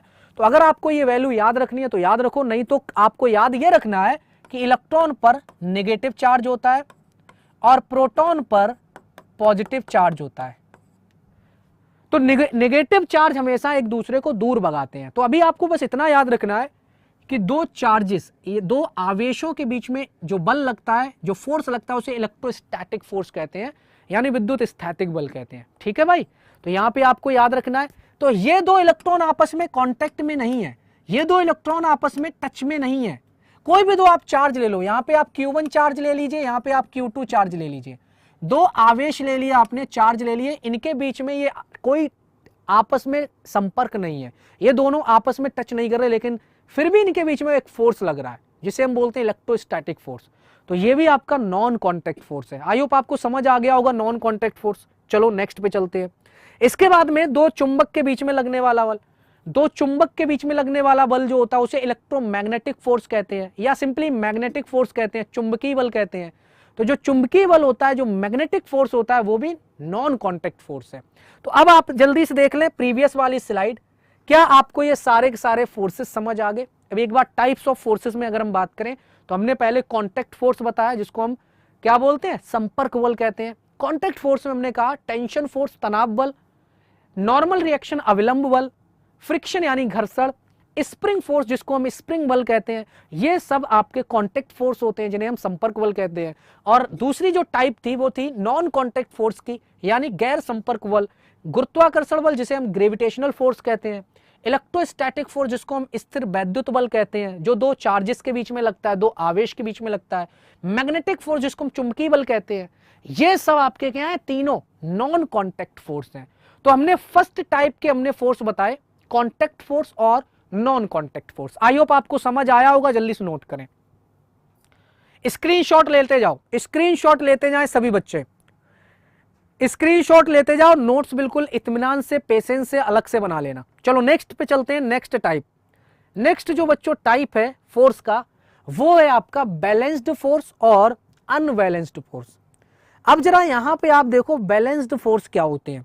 आपने रस्सा खींचने वाला खेल देखा होगा, रस्सा खींचने वाला खेल देखो, ये जो दोनों लोग हैं ना, जब तक ये 2 लोग इधर रस्सा खींच रहे हैं, रस्सी को खींच रहे हैं, ये दोनों लोग इधर रस्सी को खींच रहे हैं, जब तक फोर्स बैलेंस रहेगा, इसका मतलब जितना ये दोनों मिलके इधर की ओर फोर्स लगा रहे होंगे, ध्यान से सुनना मेरी बात को, ठीक है। यहां बैलेंस्ड और अनबैलेंस्ड दोनों तरीके की फोर्स की बात हो रही है। मतलब यहां पर आप देखो ध्यान से, यहां पर ये दोनों मिलकर इधर की ओर फोर्स लगा रहे हैं कि नहीं, और ये दोनों लड़कियां मिलकर इधर की ओर फोर्स लगा रही हैं। तो जितना फोर्स ये दोनों इधर लगा रहे, उतना ही ये लड़कियां दोनों इधर लगा रही, तो ये दोनों नहीं गिरेंगे, ये दोनों नहीं गिरेंगे, मतलब ना तो दोनों लड़कियां गिरेंगी ना दोनों लड़के गिरेंगे। तो इसे हम बोलेंगे बैलेंस्ड फोर्स। क्या है इस कंडीशन में कि दोनों बैलेंस्ड कर रहे हैं, ये चारों मिलकर क्या कर रहे हैं, बैलेंस कर रहे हैं। मतलब जितना फोर्स ये दोनों मिलकर राइट डायरेक्शन में लगा रहे हैं, उतना ही फोर्स ये दोनों लड़कियां मिलकर लेफ्ट डायरेक्शन में लगा रही हैं। तो राइट डायरेक्शन वाला फोर्स और लेफ्ट डायरेक्शन वाला फोर्स एक दूसरे को कैंसिल कर दे रहा है। तो उस कंडीशन में ये क्या होंगे, बैलेंस्ड फोर्स होंगे, जिन्हें हम बोलेंगे संतुलन बल। इसको हम और तरीके से समझाते हैं। फॉर एग्जाम्पल, हमारे पास ये ब्लॉक है, ये एक ब्लॉक है, आपने इस ब्लॉक में एक फोर्स लगाया मान लो 10 न्यूटन का, इसे हम बोलते हैं मान लो एक F1 फोर्स लगाया 10 न्यूटन का, और एक मान लो इस ब्लॉक में इस राइट डायरेक्शन में F2 फोर्स लगा दिया आपने 5 न्यूटन का। तो आपने राइट डायरेक्शन में टोटल फोर्स लगा दिया 10 और 5 15 न्यूटन, और हम इसी को अपोजिट डायरेक्शन में F3 फोर्स लगा दें 15 न्यूटन एक साथ लेफ्ट डायरेक्शन में। तो क्या ये दोनों तीनों बैलेंस्ड हो जाएंगे, क्या ये बैलेंस्ड फोर्स कहलाएंगे? यानी F1, F2 और F3 ये तीनों बैलेंस्ड फोर्स हैं, क्योंकि F1 और F2 दोनों मिलकर राइट डायरेक्शन में जितना फोर्स लगा रहे हैं, लेफ्ट डायरेक्शन में F3 अकेला लगा दे रहा है।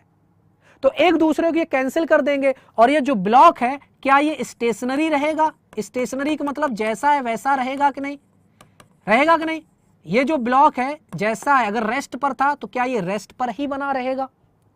यार सिंपल सी बात है, आपने इस डायरेक्शन में देखो कितना टोटल F1 और F2 टोटल 15 न्यूटन का फोर्स लगाया राइट डायरेक्शन में, और लेफ्ट डायरेक्शन में 15 न्यूटन का फोर्स लगाया। तो टोटल अगर आप देखोगे इस ब्लॉक को तो वो तो अपनी जगह पर रहेगा, उससे तो कोई फर्क नहीं पड़ेगा। आगे बात समझ, बैलेंस्ड फोर्स है ये सब क्या कहलाएंगे, बैलेंस्ड फोर्स। यानी कि जो फोर्स 1 है और जो फोर्स 2 है और जो फोर्स 3 है, इन तीनों का सम 0 आएगा, इन तीनों का सम 0 आएगा, तभी तो बैलेंस्ड है। ओवरऑल इस ब्लॉक पर कोई फोर्स नहीं लग रहा है, क्योंकि जितना राइट डायरेक्शन में फोर्स लग रहा है F1 प्लस F2, उतना ही लेफ्ट डायरेक्शन में फोर्स लग रहा है कि नहीं? तो ये आपको याद रखना है, F1 plus F2 is equals to F3 आप लिख सकते हो, ठीक है। इसको हम डिटेल में पढ़ेंगे न्यूटन के सेकंड नियम में। अभी हम आपको समझा रहे हैं कि बैलेंस्ड फोर्स क्या है। तो सिंपल सी बात है, राइट डायरेक्शन में जितना फोर्स लगेगा, लेफ्ट डायरेक्शन में उतना ही फोर्स अगर लग रहा है, तो उस कंडीशन में बैलेंस्ड कंडीशन है, कहलाएगा बैलेंस्ड फोर्स। तो यहां पे क्या था, बैलेंस्ड फोर्स। अब अगले ही क्षण में देखो, अगले ही क्षण में ये अब क्या होगा, अनबैलेंस्ड फोर्स कंडीशन में इन्होंने ज्यादा फोर्स लगाया, ठीक है। अब होगा क्या, फॉर एग्जाम्पल ये हमारे पास क्या है, एक ब्लॉक है, ये बच्चों हमारे पास एक ब्लॉक है।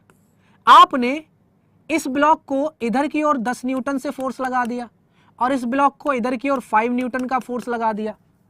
तो क्या अब ये बैलेंस्ड है? अब ये बैलेंस्ड फोर्स नहीं है। क्यों नहीं है? क्योंकि इधर की ओर 5 न्यूटन का लग रहा है, इधर की ओर कितना लग रहा है, 5 न्यूटन का, और उल्टी दिशा में 10 न्यूटन का लग रहा है।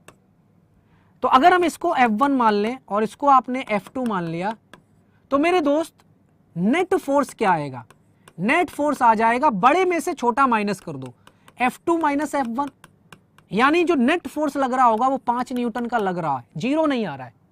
नेट फोर्स अगर 0 आ रहा है तो बैलेंस्ड कंडीशन है। हमेशा याद रखना, किसी बॉडी पर जो टोटल नेट फोर्स अगर 0 आ रहा है तो वो बैलेंस्ड फोर्स होते हैं।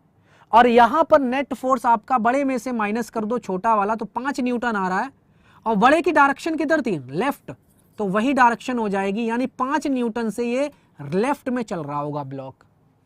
क्लियर है? क्लियर हो गया? ठीक है। तो यहां पे ये अनबैलेंस्ड कंडीशन होती है। ये क्या होती है? अनबैलेंस्ड कंडीशन, यानी अनबैलेंस्ड फोर्स कहलाएंगे। इनको हम बोलेंगे असंतुलन बल, असंतुलित बल। क्या बोलेंगे? असंतुलित बल।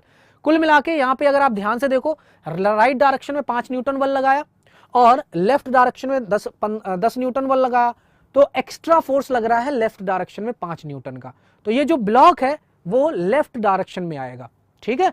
तो ये हमने आपको बता दिया बैलेंस्ड फोर्स क्या है और अनबैलेंस्ड फोर्स क्या है। तो 2 पॉइंट आपको आई थिंक समझ आ गए होंगे। चलो नेक्स्ट टाइप पे चलते हैं। तो हमने ये बैलेंस्ड और अनबैलेंस्ड की बात कर ली। अब हम बात करेंगे सेंट्रल फोर्स क्या है और असेंट्रल फोर्स क्या है।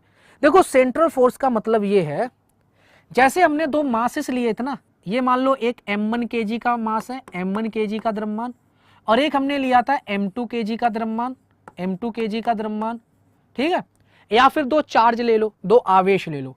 मान लो एक हमने ये q1 चार्ज ले लिया, q1 आवेश, और एक हमने ये क्या ले लिया, Q2 चार्ज ले लिया, Q2 आवेश, ठीक है भाई। अब जरा ध्यान से समझिए, यहां पे ध्यान से समझना सभी। ये हमने दो चार्जेस ले लिए, यहां पे दो चार्जेस ले लिए।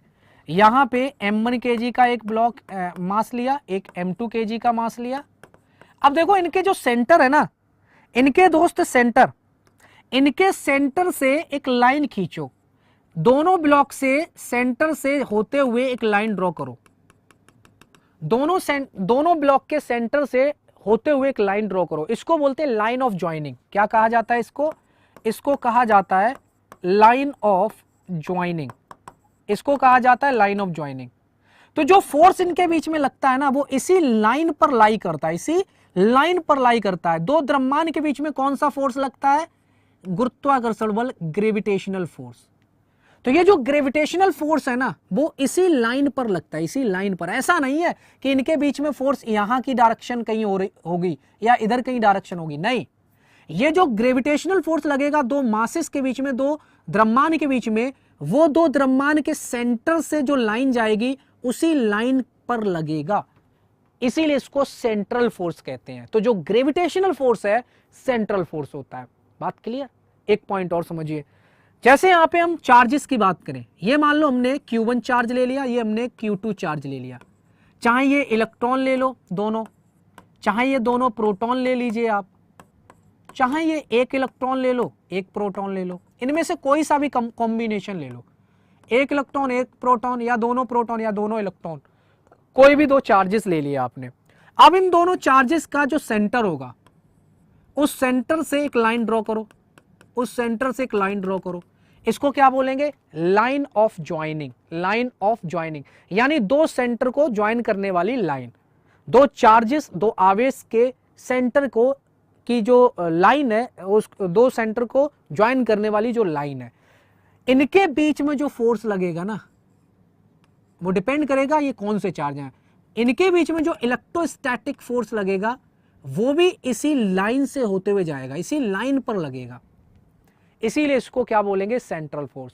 तो जो ग्रेविटेशनल फोर्स है और जो आपका इलेक्ट्रोस्टैटिक फोर्स है और जो मैग्नेटिक फोर्स है, दो चुंबक के बीच में लगने वाला बल, ये आपके सेंट्रल फोर्स होते हैं। नोट कर लो जल्दी से, ये बच्चों क्या होते हैं? सेंट्रल फोर्स होते हैं। और जो नॉन सेंट्रल फोर्स है उनमें आ जाता है फ्रिक्शन, जिसे हम बोलते हैं घर्षण। फ्रिक्शन नॉन सेंट्रल फोर्स है। देखो कैसे, हमने अभी आपको समझाया था, हमने अभी आपको बताया था कि ये हमारे पास कोई ब्लॉक है बच्चों, ये कोई ब्लॉक है और इस ब्लॉक पर कोई एक ऐसे ऑब्जेक्ट रखा हुआ है, ये इन दोनों के बीच में कांटेक्ट पॉइंट है, कांटेक्ट एरिया, ठीक है। जब आप इसको इधर की ओर खींचते हो तो इस वाले ब्लॉक का जो सेंटर है वो ऐसे जा रहा है कि नहीं, इधर की ओर। और ये जो दूसरा ऑब्जेक्ट है, दूसरा ऑब्जेक्ट, इसका जो सेंटर है वो यहां से जा रहा होगा, ऐसे जा रहा होगा, जा रहे। और जो घर्षण बल लग रहा है वो यहां लग रहा है मेरे दोस्त, फ्रिक्शन फोर्स। तो देखो सब कुछ अलग अलग है। फ्रिक्शन फोर्स कहां लग रहा है? यहां पर लग रहा है। अब ये जो फ्रिक्शन फोर्स है, क्या दोनों ऑब्जेक्ट के सेंटर से होके जो लाइन जा रही है, क्या उस लाइन पर लग रहा है? नहीं लग रहा है। तो इसीलिए जो फ्रिक्शन फोर्स है, जिसे हम घर्षण बल कहते हैं, नॉन सेंट्रल फोर्स होता है। नोट कर लीजिए। तो परफेक्ट एग्जांपल बता दिए हमने। जो आपका ग्रेविटेशनल फोर्स है ये सेंट्रल फोर्स है, इलेक्ट्रोस्टैटिक फोर्स है सेंट्रल फोर्स है, जो फ्रिक्शन फोर्स है ये सेंट्रल फोर्स नहीं है, ये आपका घर्षण बल नॉन केंद्रीय, इसे हम बोलेंगे आकेंद्रीय बल है, यानी ये सेंट्रल फोर्स नहीं है, नॉन सेंट्रल फोर्स है। क्यों? क्योंकि जिन दो ऑब्जेक्ट के बीच में ये घर्षण बल लग रहा है, वो घर्षण बल, वो फ्रिक्शन फोर्स इन दो ऑब्जेक्ट के बीच में जो सेंटर है उनसे जो लाइन होकर जाएगी उस लाइन पर नहीं लग रहा है। फॉर एग्जाम्पल यहां पे आप देखो M1 kg और M2 kg का जो ऑब्जेक्ट है, इन दोनों के सेंटर से जो लाइन जा रही है उस सेंटर की लाइन पर ही ये वाला फोर्स लगता है। ऐसे यहां पे दो चार्जेस के बीच में, जो दो चार्जेस के सेंटर से जो लाइन जा रही है उसके बीच में ये फोर्स लगता है, इसीलिए सेंट्रल फोर्स है। ठीक है, नोट करिए। तो हमने नेक्स्ट जो टाइप बताया वो बताया सेंट्रल फोर्स क्या होते हैं और नॉन सेंट्रल फोर्स क्या होते हैं। इनसे आपके एनडीए में क्वेश्चन पूछे गए हैं। चलिए नेक्स्ट टाइप पे चलते हैं। नेक्स्ट जो हमारा टाइप है वो है conservative force and non conservative force. अब कंजर्वेटिव फोर्स क्या होते हैं और नॉन कंजर्वेटिव फोर्स क्या होते हैं, इनको जरा हम ध्यान से समझते हैं। उससे पहले हम दो बातें आपको समझाते हैं। अभी फिलहाल आपको ये जो जितने पॉइंट बता रहे हैं ये आपको याद करने हैं। एक होता है आपका कंजर्वेटिव फोर्स, इसमें आपको याद रखना है जैसे वर्क डन होता है ना बेटा, वर्क डन, इसे हम बोलते हैं वर्क डन। यानी अगर हम कार्य की बात करें, ये जो वर्क डन है इसका फॉर्मूला होता है, इसे W से रिप्रेजेंट करते हैं और ये बराबर होता है फोर्स इनटू में डिस्प्लेसमेंट के, फोर्स इनटू डिस्प्लेसमेंट। जो कार्य होता है बल, वो बराबर होता है जो कार्य होता है जिसे हम वर्क डन कहते हैं, वो बराबर होता है बल गुणे विस्थापन के, फोर्स इनटू डिस्प्लेसमेंट के। तो जो कंजर्वेटिव फोर्स होते हैं, कंजर्वेटिव फोर्स, इसमें दो बातें याद रखनी है अभी फिलहाल बस। जो कंजर्वेटिव फोर्स होते हैं बच्चों, जिन्हें हम संरक्षी बल कहते हैं, हिंदी में क्या बोलते हैं, संरक्षी बल। जो कंजर्वेटिव फोर्स होते हैं जिन्हें हम संरक्षी बल कहते हैं, ठीक है। ये क्या होते हैं, कंजर्वेटिव फोर्स की वजह से, कंजर्वेटिव फोर्स यहां हमने लिख दिया कोई कंजर्वेटिव फोर्स इनटू में डिस्प्लेसमेंट, इसकी वजह से जो वर्क डन आता है ये पाथ पे डिपेंड नहीं करता है, पाथ पे डिपेंड नहीं करता है, रास्ते पे डिपेंड नहीं करता है, ठीक है। तो इसको आप ऐसे लिख सकते हो, पाथ इंडिपेंडेंट। जो वर्क डन आता है ना कंजर्वेटिव फोर्स की वजह से, कंजर्वेटिव फोर्स की वजह से जो वर्क डन आता है वो पाथ इंडिपेंडेंट होता है, ये आपको याद रखना है, पाथ इंडिपेंडेंट। यानी ये जो वर्क डन आता है कंजर्वेटिव फोर्स की वजह से, जो वर्क डन आता है वो इनिशियल और फाइनल पॉइंट पे डिपेंड करता है, इनिशियल एंड फाइनल पॉइंट पे डिपेंड करता है। बस ये दो बातें आपको याद रखना है, प्रारंभिक और अंतिम बिंदु पर निर्भर करता है, ठीक है। ऐसा बल, ऐसा बल, ऐसा फोर्स जिसकी वजह से जो हम वर्क डन निकालते हैं वो वर्क डन इनिशियल और फाइनल पॉइंट पे डिपेंड करे, तो वो जो फोर्स है जिसकी वजह से हमने वर्क डन निकाला और जो वर्क डन इनिशियल और फाइनल पॉइंट पे डिपेंड कर रहा है, वो फोर्स कंजर्वेटिव फोर्स कहलाता है।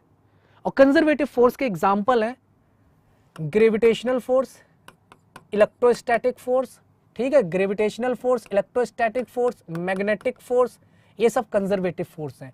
स्प्रिंग फोर्स, ये सब क्या है, कंजर्वेटिव फोर्स है। याद कर लो इनके पॉइंट, डायरेक्ट अभी याद कर लो, इनको डिटेल में आगे पढ़ेंगे हम वर्क एनर्जी पावर वाले चैप्टर में। अभी आपको याद रखना है कि ऐसे फोर्स जिनकी वजह से जो हम वर्क डन निकालते हैं वो वर्क डन इनिशियल और फाइनल पॉइंट पे निर्भर करता है, इनिशियल और फाइनल पॉइंट पे डिपेंड करता है, पाथ पे डिपेंड नहीं करता है। जिस रास्ते से होकर वर्क डन हुआ है उस रास्ते से मतलब नहीं है, ये इनिशियल और फाइनल पॉइंट पे डिपेंड करता है।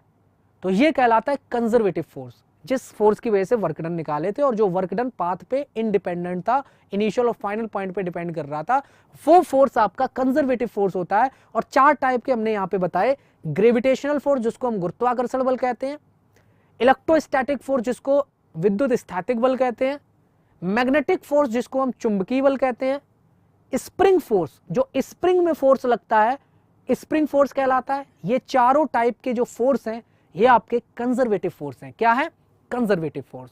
और इसका जो अपोजिट, जो कंजर्वेटिव फोर्स नहीं है, वो नॉन कंजर्वेटिव फोर्स होगा, जिसको असंरक्षी बल कहेंगे।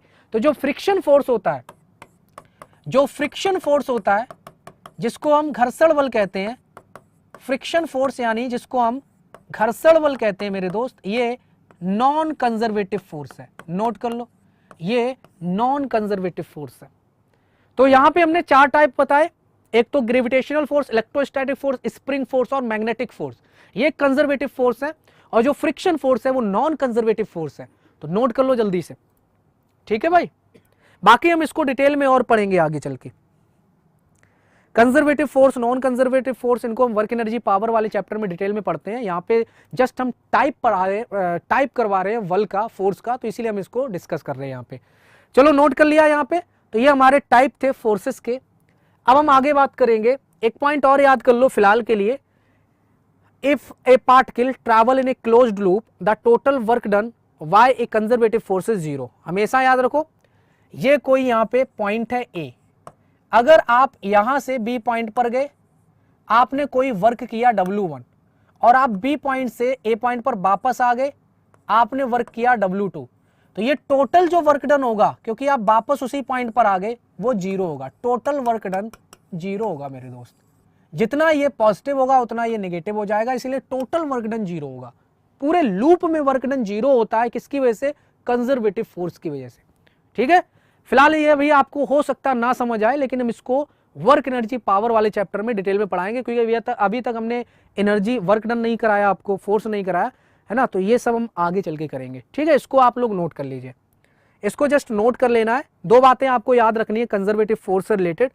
सबसे पहले हमने जो ये वाला पॉइंट बताया आपको कि जो कंजर्वेटिव फोर्स है, सबसे पहले हमने एक पॉइंट ये बताया कि जो कंजर्वेटिव फोर्स है उसके द्वारा जो हम वर्क डन निकालते हैं वो does not depend upon the path, वो रास्ते पर निर्भर नहीं करता है, वो इनिशियल और फाइनल पॉइंट पे डिपेंड करता है। Depends upon only on the initial and final point, यानी ऐसे बल द्वारा किया गया कार्य जो पथ पर निर्भर नहीं करता है, केवल प्रारंभिक और अंतिम पथ पर निर्भर करता है, वो आपके असंरक्षी बल कहलाते हैं, मतलब कंजर्वेटिव फोर्स कहलाते हैं। ठीक है, और जो नॉन कंजर्वेटिव फोर्स है उनमें हमने आपको बता दिया कि वो पाथ पे डिपेंड करेगा। Conservative force, non conservative force जैसे कि फ्रिक्शन फोर्स, उसकी वजह से जब हम वर्क डन निकालते हैं वो पाथ पे डिपेंड करता है, रास्ते पे डिपेंड करता है, इनिशियल और फाइनल पॉइंट पे डिपेंड नहीं करता है। अभी बस इतने पॉइंट आपको याद रखने हैं। ठीक है, चलो नेक्स्ट पे चलते हैं। तो ये आई होप आपको समझ आ गए होंगे टाइप्स ऑफ फोर्स। अब हम बात करते हैं यहाँ पे, ये हमने ऑलरेडी आपको एग्जाम्पल बता दिए है ना, कंजर्वेटिव फोर्स और नॉन कंजर्वेटिव फोर्स के। ग्रेविटेशनल फोर्स, गुरुत्वीय बल, इलेक्ट्रोस्टैटिक फोर्स, स्थिर वैद्युत बल, मैग्नेटिक फोर्स, और फोर्थ हमने और बताया यहाँ पे स्प्रिंग फोर्स। ये सब आपके क्या होते हैं? कंजर्वेटिव फोर्स होते हैं। ठीक है, और जो आपका नॉन कंजर्वेटिव फोर्स है वो है फ्रिक्शन फोर्स, जिसे हम क्या बोलते हैं? घर्षण बल कहते हैं। नोट कर लीजिए, फ्रिक्शनल फोर्स जो है वो नॉन कंजर्वेटिव फोर्स है, जिनको असंरक्षी बल कहेंगे, और जो ग्रेविटेशनल फोर्स, इलेक्ट्रोस्टैटिक फोर्स और जो मैग्नेटिक फोर्स है वो आपका कंजर्वेटिव फोर्स है। स्प्रिंग फोर्स भी कंजर्वेटिव फोर्स है। चलो नेक्स्ट पॉइंट पे बच्चों चलते हैं। नेक्स्ट यहाँ पे एक फ्री बॉडी डायग्राम होता है। फ्री बॉडी डायग्राम, देखो फ्री बॉडी डायग्राम क्या है? सिंपल एक इसको हम कॉन्सेप्ट समझ सकते हैं कि जैसे हमारे पास ये कोई ब्लॉक है बच्चों, ये मान लीजिए हमारे पास कोई ब्लॉक है और इस ब्लॉक पर जितने भी फोर्स लग रहे हैं, इस ब्लॉक को तो आप मान लो पॉइंट, क्या मान लो? इस ब्लॉक को मान लिया पॉइंट। देखो फ्री बॉडी डायग्राम किसे बोलते हैं? फ्री बॉडी डायग्राम किसे बोलते हैं? जिसे हम बोलते हैं मुक्त वस्तु रेखा चित्र। कोई भी बॉडी दे रखी हो और उस बॉडी पर बहुत सारे बल लग रहे हो, मान लो इस डायरेक्शन में F1 फोर्स लग रहा है, मान लीजिए इस डायरेक्शन में F2 फोर्स लग रहा है, मान लीजिए इस डायरेक्शन में F3 फोर्स लग रहा है, मान लीजिए इस डायरेक्शन में F4 फोर्स लग रहा है।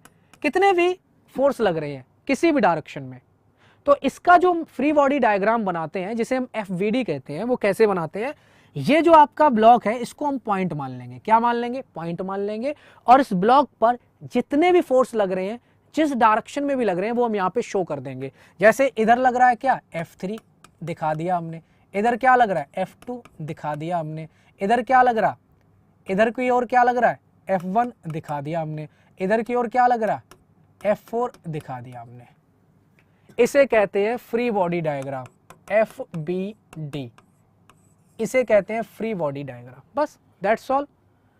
ये होता है आपका सिंपल फ्री बॉडी डायग्राम। अब ये हम जब यूज करते हैं ना, जब हम चीज़ों को निकालते हैं, जब हम सॉल्व करते हैं न्यूमेरिकल्स को, तो हम फ्री बॉडी डायग्राम से चीज़ें आसानी से सॉल्व कर पाते हैं। यहाँ पे बस याद रखना, जो बॉडी होती है उस पर उसे हम पॉइंट मास मान लेंगे। जो भी बॉडी है उसको हमने पॉइंट मास मान लिया, और all force acting on it, और उस पर जितने भी फोर्स बल लग रहे हैं उन सभी बल को हमने रिप्रेजेंट कर दिया। फ्रेम ऑफ रेफरेंस हम ग्राउंड मान लेते हैं। ठीक है, बस सिंपल इसे बोलते हैं फ्री बॉडी डायग्राम। ठीक है, जैसे हम यहाँ पे बनाए, एक और हम एग्जांपल ले देते हैं। मान लो हमारे पास ये कोई ब्लॉक है, इस तरीके से रखा हुआ है। ये ब्लॉक रखा हुआ है कहाँ पे? इस तरीके से इस सरफेस पे रखा हुआ है। अब आपको पता है कि अगर ये m किलोग्राम का कोई ऑब्जेक्ट है तो जमीन पर नीचे की ओर क्या फोर्स लग रहा होगा? mg लग रहा होगा, जिसे हम वेट कहेंगे। और अगर हम इसको इधर की ओर खींच रहे हैं तो पीछे की डायरेक्शन में इधर की ओर फ्रिक्शन फोर्स लग रहा होगा। और ये जो ब्लॉक है इस सरफेस पे रखा हुआ है, तो इसके परपेंडिकुलर एक क्या होगा? नॉर्मल रिएक्शन होगी। अब इसका हम फ्री बॉडी डायग्राम बनाएं, कैसे बनाएंगे? जिसका फ्री बॉडी डायग्राम बनाएंगे उसको पॉइंट मास मान लेंगे। तो हम इस ब्लॉक का बना रहे हैं, इस ब्लॉक को हमने पॉइंट मास मान लिया। पॉइंट इस पर एक नीचे की ओर W फोर्स लग रहा है, W दिखा दिया। इस डायरेक्शन में F लग रहा है, F दिखा दिया। इस डायरेक्शन में फ्रिक्शन फोर्स लग रहा है, फ्रिक्शन फोर्स दिखा दिया। ऊपर नॉर्मल रिएक्शन लग रही, नॉर्मल रिएक्शन दिखा दी। इसको हम बोलेंगे free body diagram. That's all. ये जो होगा वो इस ब्लॉक का फ्री बॉडी डायग्राम होगा। इसको थोड़ा सॉल्व करने में आसानी हो जाती है, ठीक है, नोट कर लीजिए, जल्दी से नोट कर लें।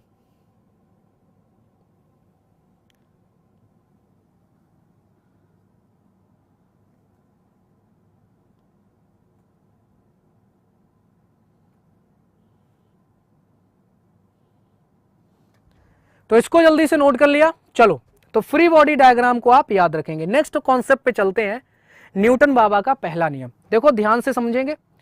न्यूटन का फर्स्ट नियम क्या कहता है, आप बचपन से पढ़ते आ रहे होंगे। इसे हम लॉ ऑफ इनर्शिया भी कहते हैं, यानी कि इनर्शिया है ना, लॉ ऑफ इनर्शिया का मतलब होता है जड़त्व का नियम। अब ये जड़त्व का नियम और न्यूटन का फर्स्ट नियम एक ही है। अब इसको हम जरा डिटेल में अच्छे से समझते हैं। हमेशा यहाँ पे आपको एक चीज दिख रही है, ये जो फुटबॉल है वो मोशन में यहाँ पे दिख रही है, और ये जो फुटबॉल है वो रेस्ट पर दिख रही है। दिख रही है कि नहीं? ये जो फुटबॉल है ये देखो मोशन में है, और ये जो फुटबॉल है वो रेस्ट पर है। तो न्यूटन बाबा क्या कहते हैं कि अगर कोई ऑब्जेक्ट रेस्ट पर है तो वो रेस्ट पर ही रहेगा, रेस्ट पर ही रहना चाहेगा।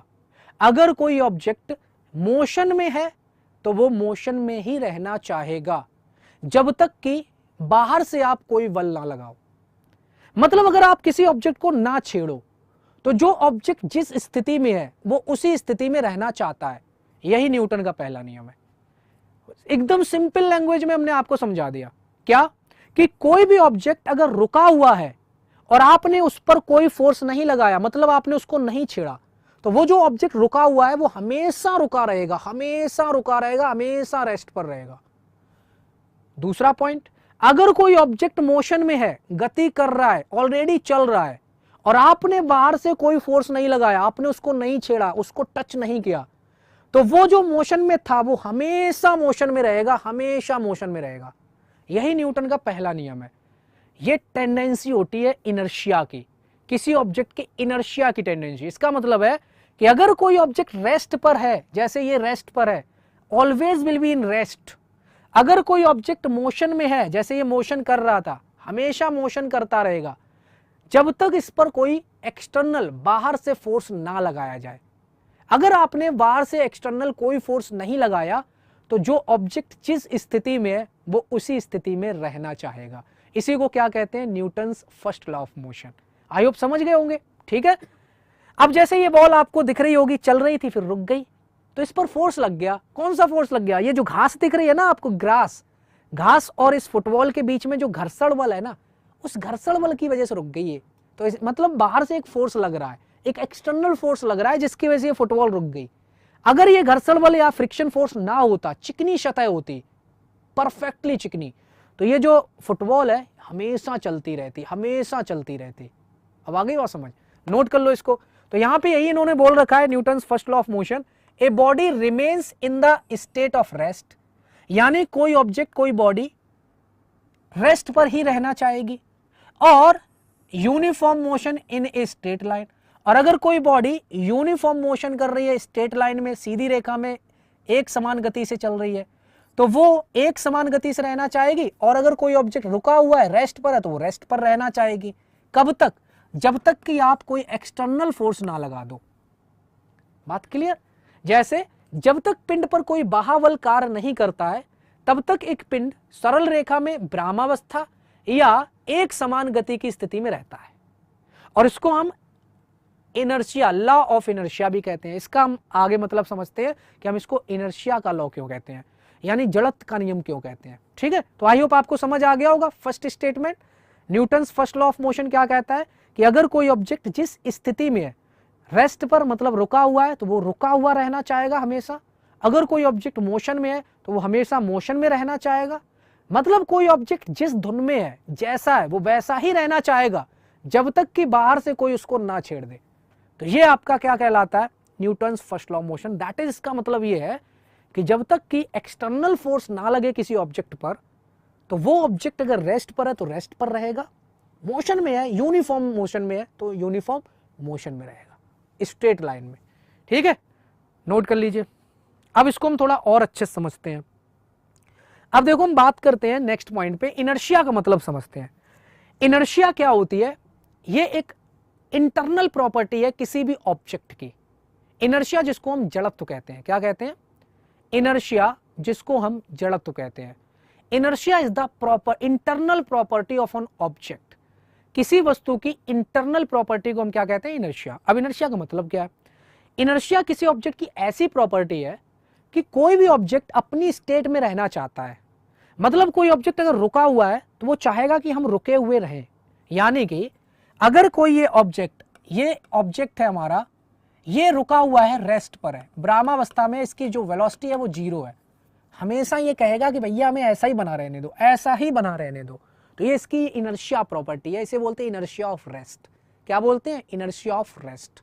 मतलब इनर्शिया ऑफ रेस्ट का मतलब है ब्रह्मावस्था का जड़त्व। और अगर कोई ऑब्जेक्ट दूसरे पॉइंट पे अगर हम बात करें, अगर ये ऑब्जेक्ट यूनिफॉर्म मोशन कर रहा है स्ट्रेट लाइन में, मान लीजिए ये 100 मीटर पर सेकेंड की कांस्टेंट वेलोसिटी से चल रहा है, 100 मीटर पर सेकेंड की कांस्टेंट वेलोसिटी से चल रहा है, इसकी जो वेग है एक समान है, तो ये हमेशा कहेगा भैया हमें ऐसा ही रहने दो।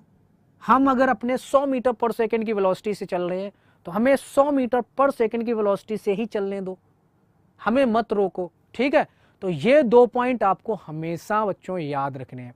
क्या याद रखने हैं? तो यहां पे हमने क्या बताया? Inertia of rest. Inertia of rest का क्या मतलब है? इनर्शिया ऑफ रेस्ट का क्या मतलब है? इनर्शिया ऑफ रेस्ट का मतलब है, इनर्शिया ऑफ रेस्ट का क्या मतलब है? इनर्शिया ऑफ रेस्ट का मतलब है कोई अगर ऑब्जेक्ट रेस्ट पर है तो रेस्ट पर ही रहना चाहेगा, कोई अगर ऑब्जेक्ट मोशन में है तो मोशन में ही रहना चाहेगा। ठीक है, तो ये प्रॉपर्टी होती है किसी भी ऑब्जेक्ट की।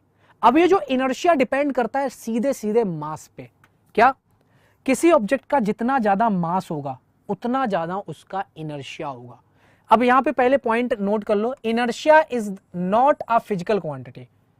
किसी भी ऑब्जेक्ट की जो प्रॉपर्टी है इनर्शिया, वो कोई फिजिकल क्वांटिटी नहीं है, वो कोई फिजिकल क्वांटिटी नहीं है। ठीक है, ये इंटरनल प्रॉपर्टी है किसी भी ऑब्जेक्ट की। ठीक है, विच डिपेंड्स अपॉन मास, जो कि द्रव्यमान पे डिपेंड करती है, मास पे डिपेंड करती है। आप यार ऐसे सीधे सीधे समझ लो, जैसे हमारे पास ये मान लो स्टोन है, ये हमारे पास स्टोन है, पत्थर। आपने देखा होगा जो स्टोन होता है, जो पत्थर होता है, इसका मास हमने मान लिया m1 किलोग्राम है। और एक तरफ हमने ये फुटबॉल ले ली, एक हमने उतनी ही बड़ी फुटबॉल ले ली, जितना बड़ा यहाँ पे पत्थर था उतनी बड़ी फुटबॉल ले ली। तो ऑब्वियस सी बात है जो m2 होगा वो छोटा होगा, m1 जो मास है वो ग्रेटर होगा, m2 जो मास है वो छोटा होगा।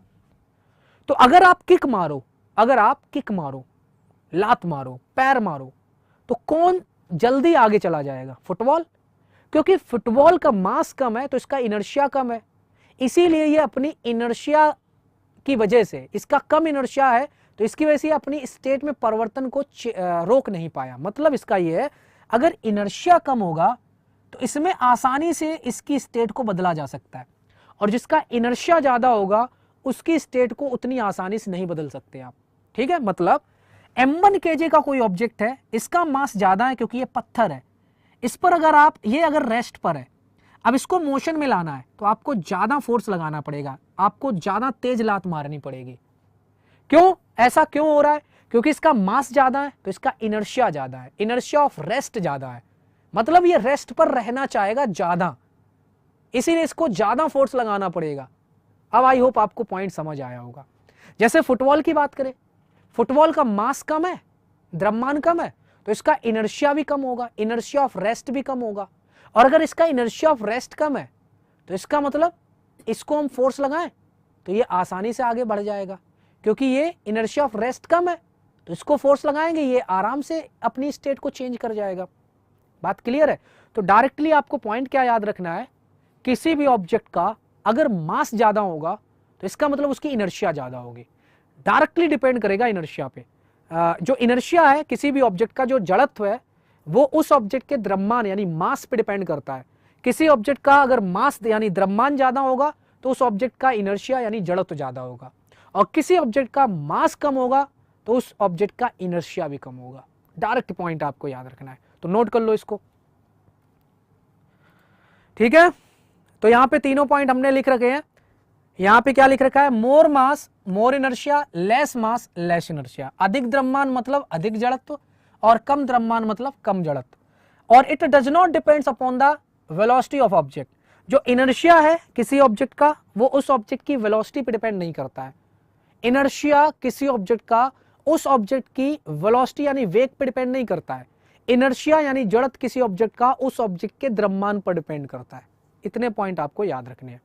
चलो इतना जल्दी से नोट कर लिया, नेक्स्ट पे चलते हैं। स्क्रीनशॉट ले लो जल्दी, स्क्रीनशॉट ले लेंगे। अगर आपको नोट करने में प्रॉब्लम हो रही है, मतलब जल्दी नोट नहीं कर पा रहे हो, तो आप स्क्रीनशॉट लेते जाना, क्योंकि इसका आपको पीडीएफ ऑलरेडी मिल जाएगा। चलो, लीनियर मोमेंटम क्या होता है, यहां पे हम एक सिंपल सा टॉपिक है जिसको हम लीनियर मोमेंटम कहते हैं।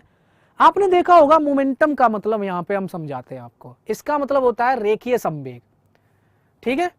लीनियर मोमेंटम को क्या कहते हैं, रेखीय संवेग कहते हैं, रेखीय संवेग कहते हैं। लीनियर मोमेंटम का मतलब है रेखीय संवेग। इसको हम पी से रिप्रेजेंट करते हैं। किससे, पी से रिप्रेजेंट करते हैं। देखो होता क्या है, हमारे पास अगर कोई ऑब्जेक्ट है m किलोग्राम का, m किलोग्राम का बच्चों कोई ऑब्जेक्ट है हमारे पास, कोई वस्तु है m किलोग्राम की, और ये v मीटर पर सेकेंड की वेलोसिटी से चल रही है, v मीटर पर सेकेंड की वेलोसिटी से चल रही है। अगर हमारे पास कोई m kg का ऑब्जेक्ट है और वो v मीटर पर सेकेंड की वेलोसिटी से चल रहा है, तो इसके पास जो संवेग होता है, जो मोमेंटम होता है, वो होता है मास इंटू में वेलोसिटी। बस मास इंटू में वेलोसिटी क्या होता है, द्रव्यमान गुणे वेग। उसको हम क्या कहते हैं, संवेग कहते हैं। नोट कर लीजिए, द्रव्यमान गुणे वेग, उसको क्या कहते हैं, संवेग। और जो संवेग यानी मोमेंटम की डायरेक्शन है, वो वही डायरेक्शन होती है जिस डायरेक्शन में ये वेलोसिटी होती है।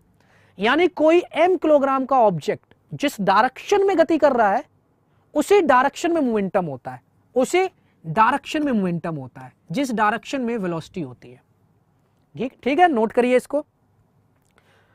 तो इसीलिए ये क्या होती है, वेक्टर क्वांटिटी होती है। यह एक सदिश राशि है, क्योंकि इसमें मैग्नीट्यूड के साथ साथ डायरेक्शन भी हमें शो करनी पड़ती है, तो ये सदिश राशि होती है मेरे दोस्त। क्या होती है, सदिश राशि होती है। और ये हमने बता ही दिया, momentum is the product of the mass and velocity of an object. संवेग किसी वस्तु के द्रव्यमान और वेग का गुणनफल होता है। संवेग किसी वस्तु का द्रव्यमान और वेग का क्या है, गुणनफल होता है। इसकी अगर हम यूनिट की बात करें तो मास की यूनिट क्या हो जाएगी, किलोग्राम। वेलोसिटी की, वेग की यूनिट हो जाएगी मीटर पर सेकेंड, तो kilogram metre per second unit हो जाएगी। डायमेंशन हो जाएगी m की पावर 1, l की पावर 1, t की पावर -1। MLT इनवर्स इसकी क्या हो जाएगी, डायमेंशन हो जाएगी। अब मोमेंटम हमें बताता क्या है, आपने देखा होगा कि जब आप दौड़ के आते हो, जब आप कहीं लंबी कूदना चाहते हो, लंबी कूदना चाहते हो, तो आप पहले क्या करते हो, थोड़ी दूर से दौड़ते हुए आते हो। तो आपसे कहा जाता है आप पहले मोमेंटम बना रहे हो। क्या बना रहे हो, मोमेंटम। मोमेंटम का मतलब आप अपनी वेलोसिटी को, गति को मेंटेन कर रहे हो। मोमेंटम का मतलब क्या है, आप अपनी गति, अपनी वेलोसिटी को मेंटेन कर रहे हो। आप अपनी वेलोसिटी को मेंटेन कर रहे हो। कोई ऑब्जेक्ट मोमेंटम में है मतलब वेलोसिटी में है, ठीक है। तो मास इंटू वेलोसिटी, उसको हम क्या बोलेंगे, मोमेंटम, संवेग कहेंगे। नोट करिए सारे पॉइंट। तो ये एक बढ़िया कॉन्सेप्ट है, याद रखना। इसकी डायरेक्शन किधर होती है, रेखीय संवेग, लीनियर मोमेंटम की डायरेक्शन वही डायरेक्शन होती है जिस डायरेक्शन में क्या होता है, जिस डायरेक्शन में वेलोसिटी होती है ऑब्जेक्ट की, ठीक है। नेक्स्ट इंपॉर्टेंट पॉइंट है यहाँ पे एक नेक्स्ट इंपॉर्टेंट पॉइंट ये है, if two object of different masses, अगर मान लो हमारे पास एक ऑब्जेक्ट ये है जिसका मास है m1 kg, और एक ऑब्जेक्ट हमारे पास बच्चों ये है जिसका मास है m2 kg। दो ऑब्जेक्ट हैं। If two object of different masses have same momentum, इसका मोमेंटम p है और इसका भी मोमेंटम p है, दोनों का मोमेंटम सेम दे रखा है, संवेग दोनों का सेम दे रखा है। Then lighter body possesses greater velocity, तो इनमें से जो लाइटर बॉडी होगी ना, जो हल्का द्रव्यमान वाली ऑब्जेक्ट होगी, उसका जो मोमेंटम है वो क्या रहेगा, उसकी जो वेलोसिटी है वो ग्रेटर होगी। इसका मतलब है यहां पे हमने बोला कि हमारे पास p बराबर क्या है, मास इंटू में वेलोसिटी। ध्यान से सुनना मेरी बात। अगर हम यहाँ पे इसको कांस्टेंट बोल दें कि मोमेंटम यानी संवेग क्या है, कांस्टेंट है, तो इसका मतलब मास इंटू वेलोसिटी का जो मल्टीप्लिकेशन है, गुणनफल, वो कांस्टेंट होगा। इसका क्या मतलब होता है? इसका मतलब है अगर मास इंक्रीज होगा उतनी ही वेलोसिटी डिक्रीज होगी, तभी तो इन दोनों का गुणनफल, इन दोनों का प्रोडक्ट मल्टीप्लिकेशन कांस्टेंट आएगा। जितना मास भाई बढ़ेगा उतना वेलोसिटी को कम करना पड़ेगा, तभी तो दोनों का जो गुणनफल है, जो मल्टीप्लिकेशन है, वो कांस्टेंट आएगा। अगर मास कम कर दिया, वेलोसिटी ज्यादा कर दी, मास को अगर आपने इंक्रीज कर दिया और वेलोसिटी को डिक्रीज कर दिया, या मास को डिक्रीज कर दिया, तो उतनी ही वेलोसिटी को इंक्रीज करना पड़ेगा, तभी तो ये दोनों कांस्टेंट आएंगे, इन दोनों का प्रोडक्ट। आ रही बात समझ में? बात समझ आ रही? क्लियर, एक एक पॉइंट समझते हुए चलना सबको। हमने क्या बोला कि कोई ऑब्जेक्ट है, ये दो हमने मास ले लिए, m1 kg और m2 kg के दो ऑब्जेक्ट ले लिए। इन दोनों का, इसकी मान लो वेलोसिटी v1 है, इसकी मान लो वेलोसिटी v1 है, और इसकी मान लो वेलोसिटी v2 है। और हम क्या बोल रहे, ये जो मास है वो ज्यादा है, हम मान ले रहे हैं m1 ग्रेटर है m2 से। हमने कहा दो हमने ऑब्जेक्ट लिए, एक m1 किलो और एक m2 किलो, m1 किलोग्राम का, एक m2 किलोग्राम का। इसका जो मोमेंटम है दोनों का सेम है। इसकी वेलोसिटी m1 किलोग्राम वाले की v1 मीटर पर सेकेंड है, m2 किलोग्राम वाले की velocity v2 metre per second है। अब अगर मोमेंटम दोनों का सेम है तो जो हल्का वाला होगा, अभी यहां पे हल्का कौन है, m2, इसकी वेलोसिटी मेरे दोस्त ज्यादा होगी, मतलब v2 ग्रेटर होगा v1 से। This is the concept. और ये कैसे निकाला, यहां से, कि अगर मोमेंटम जो होता है वो मास इंटू वेलोसिटी होता है।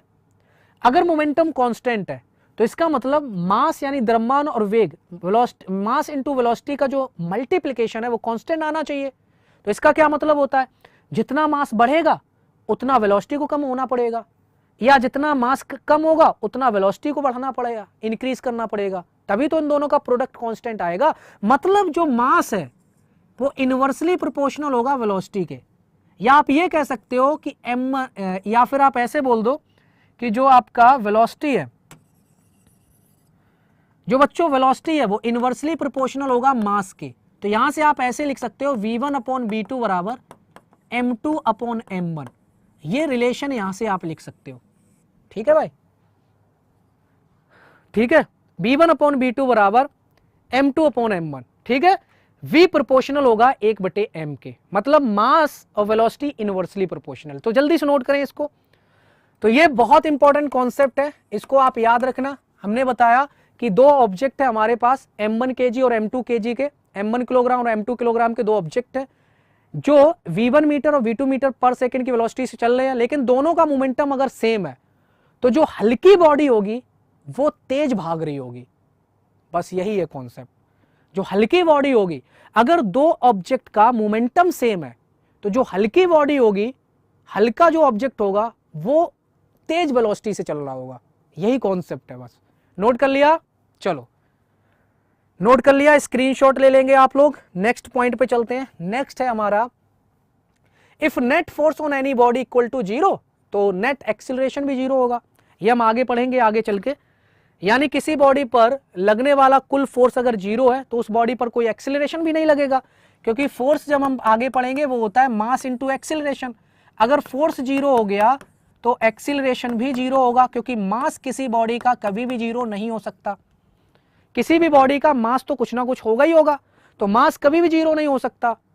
अगर फोर्स 0 है तो एक्सीलरेशन भी 0 होगा, ये याद रखेंगे।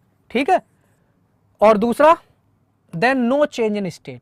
अगर किसी बॉडी पर नेट फोर्स 0 लग रहा है, किसी बॉडी पर नेट फोर्स 0 लग रहा है, तो जो बॉडी अगर रेस्ट पर है तो रेस्ट पर बनी रहेगी, और अगर वो मोशन में है तो मोशन में आ जाएगी।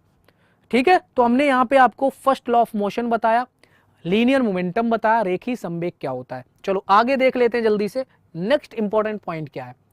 अब Newton's first law of motion के एग्जाम्पल क्या है। जैसे आपने देखा होगा, to remove dust from cloth, कपड़ों से डस्ट रिमूव करना, कपड़ों से डस्ट को रिमूव करना। यानी हमारे जो कपड़े होते हैं ना वो गंदे हो जाते हैं, तो कपड़ों में जो डस्ट है, धूल, और जो कपड़ा है वो रेस्ट पर है। जैसे ही हम कपड़े को झटकते हैं तो जो धूल होती है वो रेस्ट पर रहना चाहेगी, और कपड़े को हमने फोर्स लगा के हटा दिया, तो इसीलिए जो धूल है और जो कपड़ा वो अलग अलग हो जाते हैं, और फिर धूल नीचे गिरती है ग्रेविटेशनल की फोर्स की वजह से, तो वो अलग अलग हो जाते हैं। यहाँ पे न्यूटन की गति का पहला नियम लग रहा है। और न्यूटन की गति का पहला नियम कहाँ लग रहा है, लीव फ्रॉम द स्टेम। यानी आपने देखा होगा पेड़ को ऐसे हिला देते हैं, पेड़ को जब हिला देते हैं पेड़ की जो पत्तियां वो नीचे गिर जाती हैं टूट के। क्यों? क्योंकि पेड़ और पेड़ की जो पत्तियां हैं वो रेस्ट पर थी, आपने पेड़ को पकड़ के हिलाया, लेकिन पत्तियां अपनी जगह पे रहना चाहेंगी due to law of motion, first law of motion. तो पत्तियां जब अपनी जगह पर रहना चाहेंगी और पेड़ को आपने हिला दिया, मतलब पेड़ की जो टहनी थी वो हट गई, तो पत्तियां और पेड़ अलग अलग हो गया। फिर पत्ती नीचे लहराती हुई गिरती है, किसकी वजह से? ग्रेविटी की वजह से। ठीक है, तो ये सब क्या है? न्यूटन की गति के पहले नियम के एग्जाम्पल है। जैसे धूल कारपेट से हटाना, जैसे फल ट्री में यानी पेड़ में पके पके फल लगे हुए हैं, आम लगे हुए हैं, और आपने ट्री को हिला दिया तो जो आम है वो टूट के आराम से नीचे गिरेंगे। ठीक है, या फिर आपने देखा होगा going forward after brake is applied on a vehicle. किसी वाहन पर जब आप ब्रेक अप्लाई करते हो, आप ऐसे चल रहे हो, गाड़ी चल रही है, देखो ये गाड़ी चल रही है और गाड़ी के साथ साथ आप भी चल रहे हो, ठीक है, और एकदम से ब्रेक लगा दिए तो क्या होगा? आप आगे की ओर गिर जाते हो। या फिर आप जब गाड़ी में बैठे होते हो, अचानक गाड़ी चल दे तो आप पीछे की ओर गिर जाते हो। ये सब क्यों होता है? इनर्शिया की वजह से, न्यूटन की गति के पहले नियम की वजह से। इसको हम समझते हैं आगे। देखो यहां पे हमने दे रखे हैं, यहां पे दो टाइप के इनर्शिया होते हैं। जैसे यहां पे आपको दिखेगा, यहां पे जरा ध्यान से देखो, ये बस चल रही है और इस बस में अभी देखो बैठे हुए हैं, इस बस में ये सब सवारी बैठी हुई है। तो अभी बस चल रही है, जिस गति से उसी गति से ये सवारी चल रही है। अचानक से ब्रेक लगा दिया तो ब्रेक लगाने से क्या होगा? ये आगे की ओर आ गया था, ये आगे की ओर आ गया था ब्रेक लगाने से। क्यों? क्योंकि ये मोशन में रहना चाहेगा। बस के अंदर ये बैठा है और बस चल रही है, तो बस जिस स्पीड से चल रही है उतनी स्पीड से अंदर वाले जितने भी लोग हैं वो चल रहे हैं, तो ये उसी स्पीड में रहना चाहेंगे।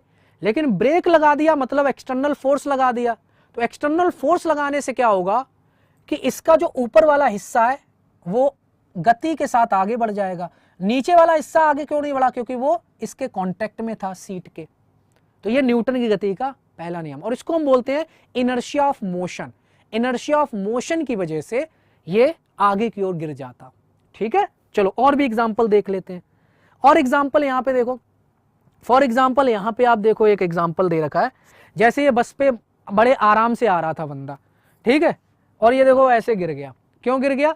क्योंकि ये बस से आ रहा था ना, तो बस से जैसे ये बस के ऊपर चढ़ के आ रहा था तो बस की जो स्पीड थी वही इसकी स्पीड थी। लेकिन जैसे ही ये कूद गया जमीन पर, तो इसके जमीन पर कूदते ही पैर जो होंगे, पैर क्या हो गए? रेस्ट पर हो गए।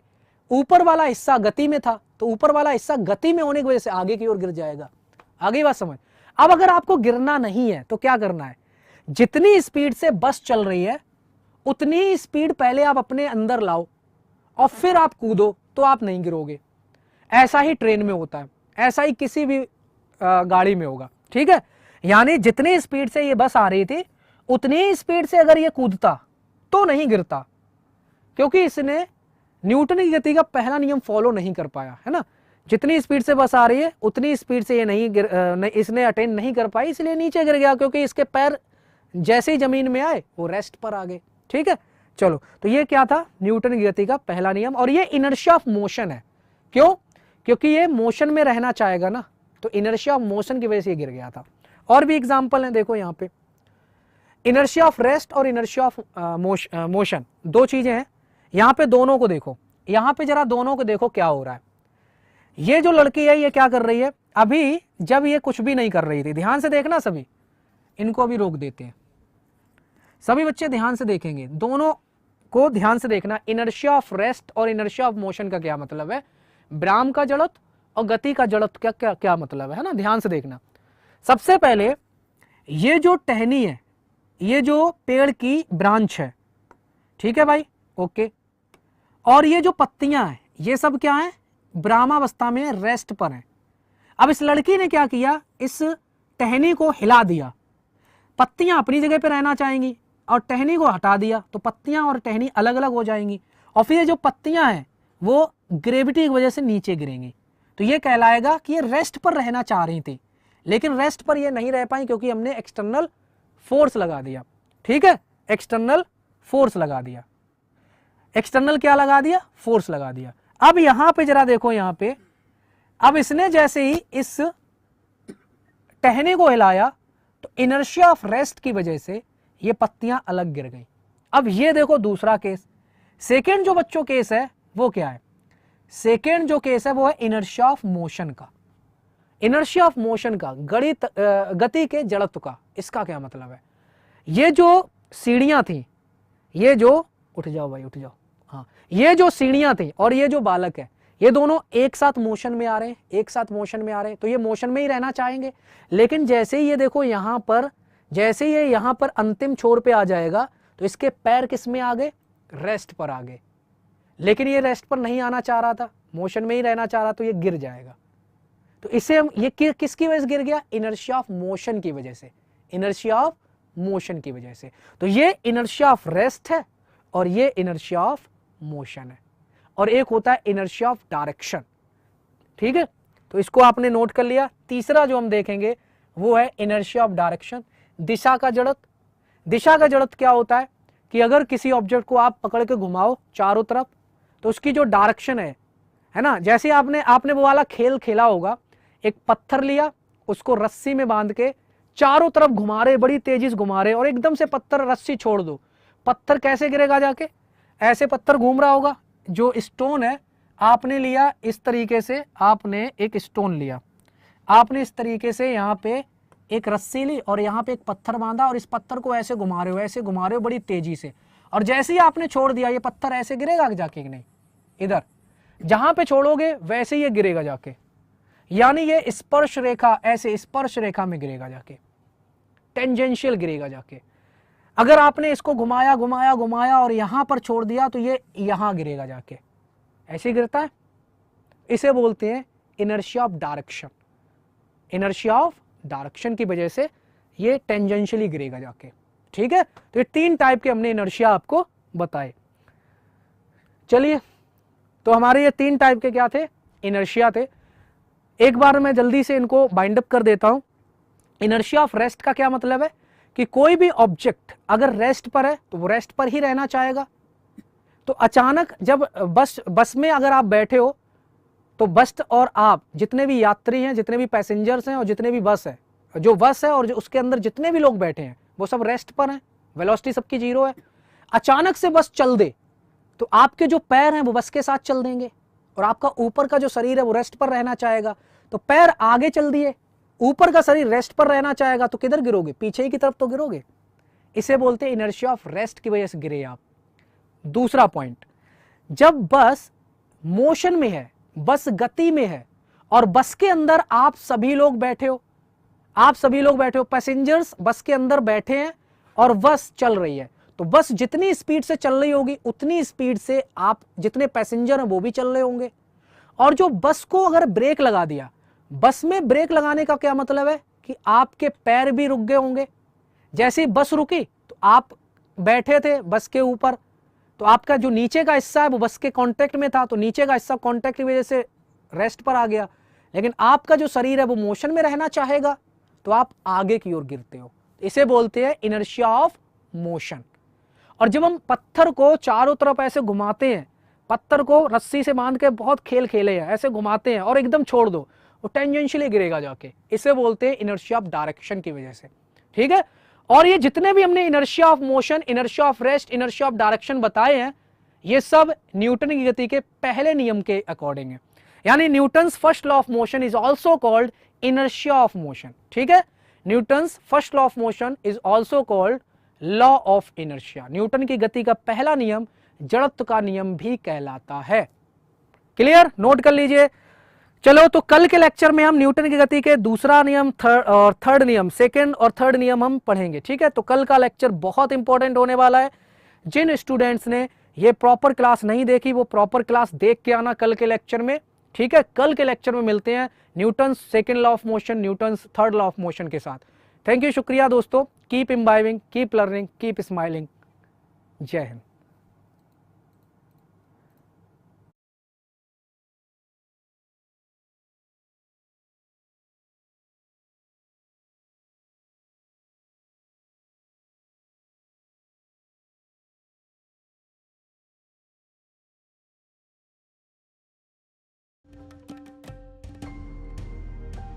Keep imbibing, We believe in you.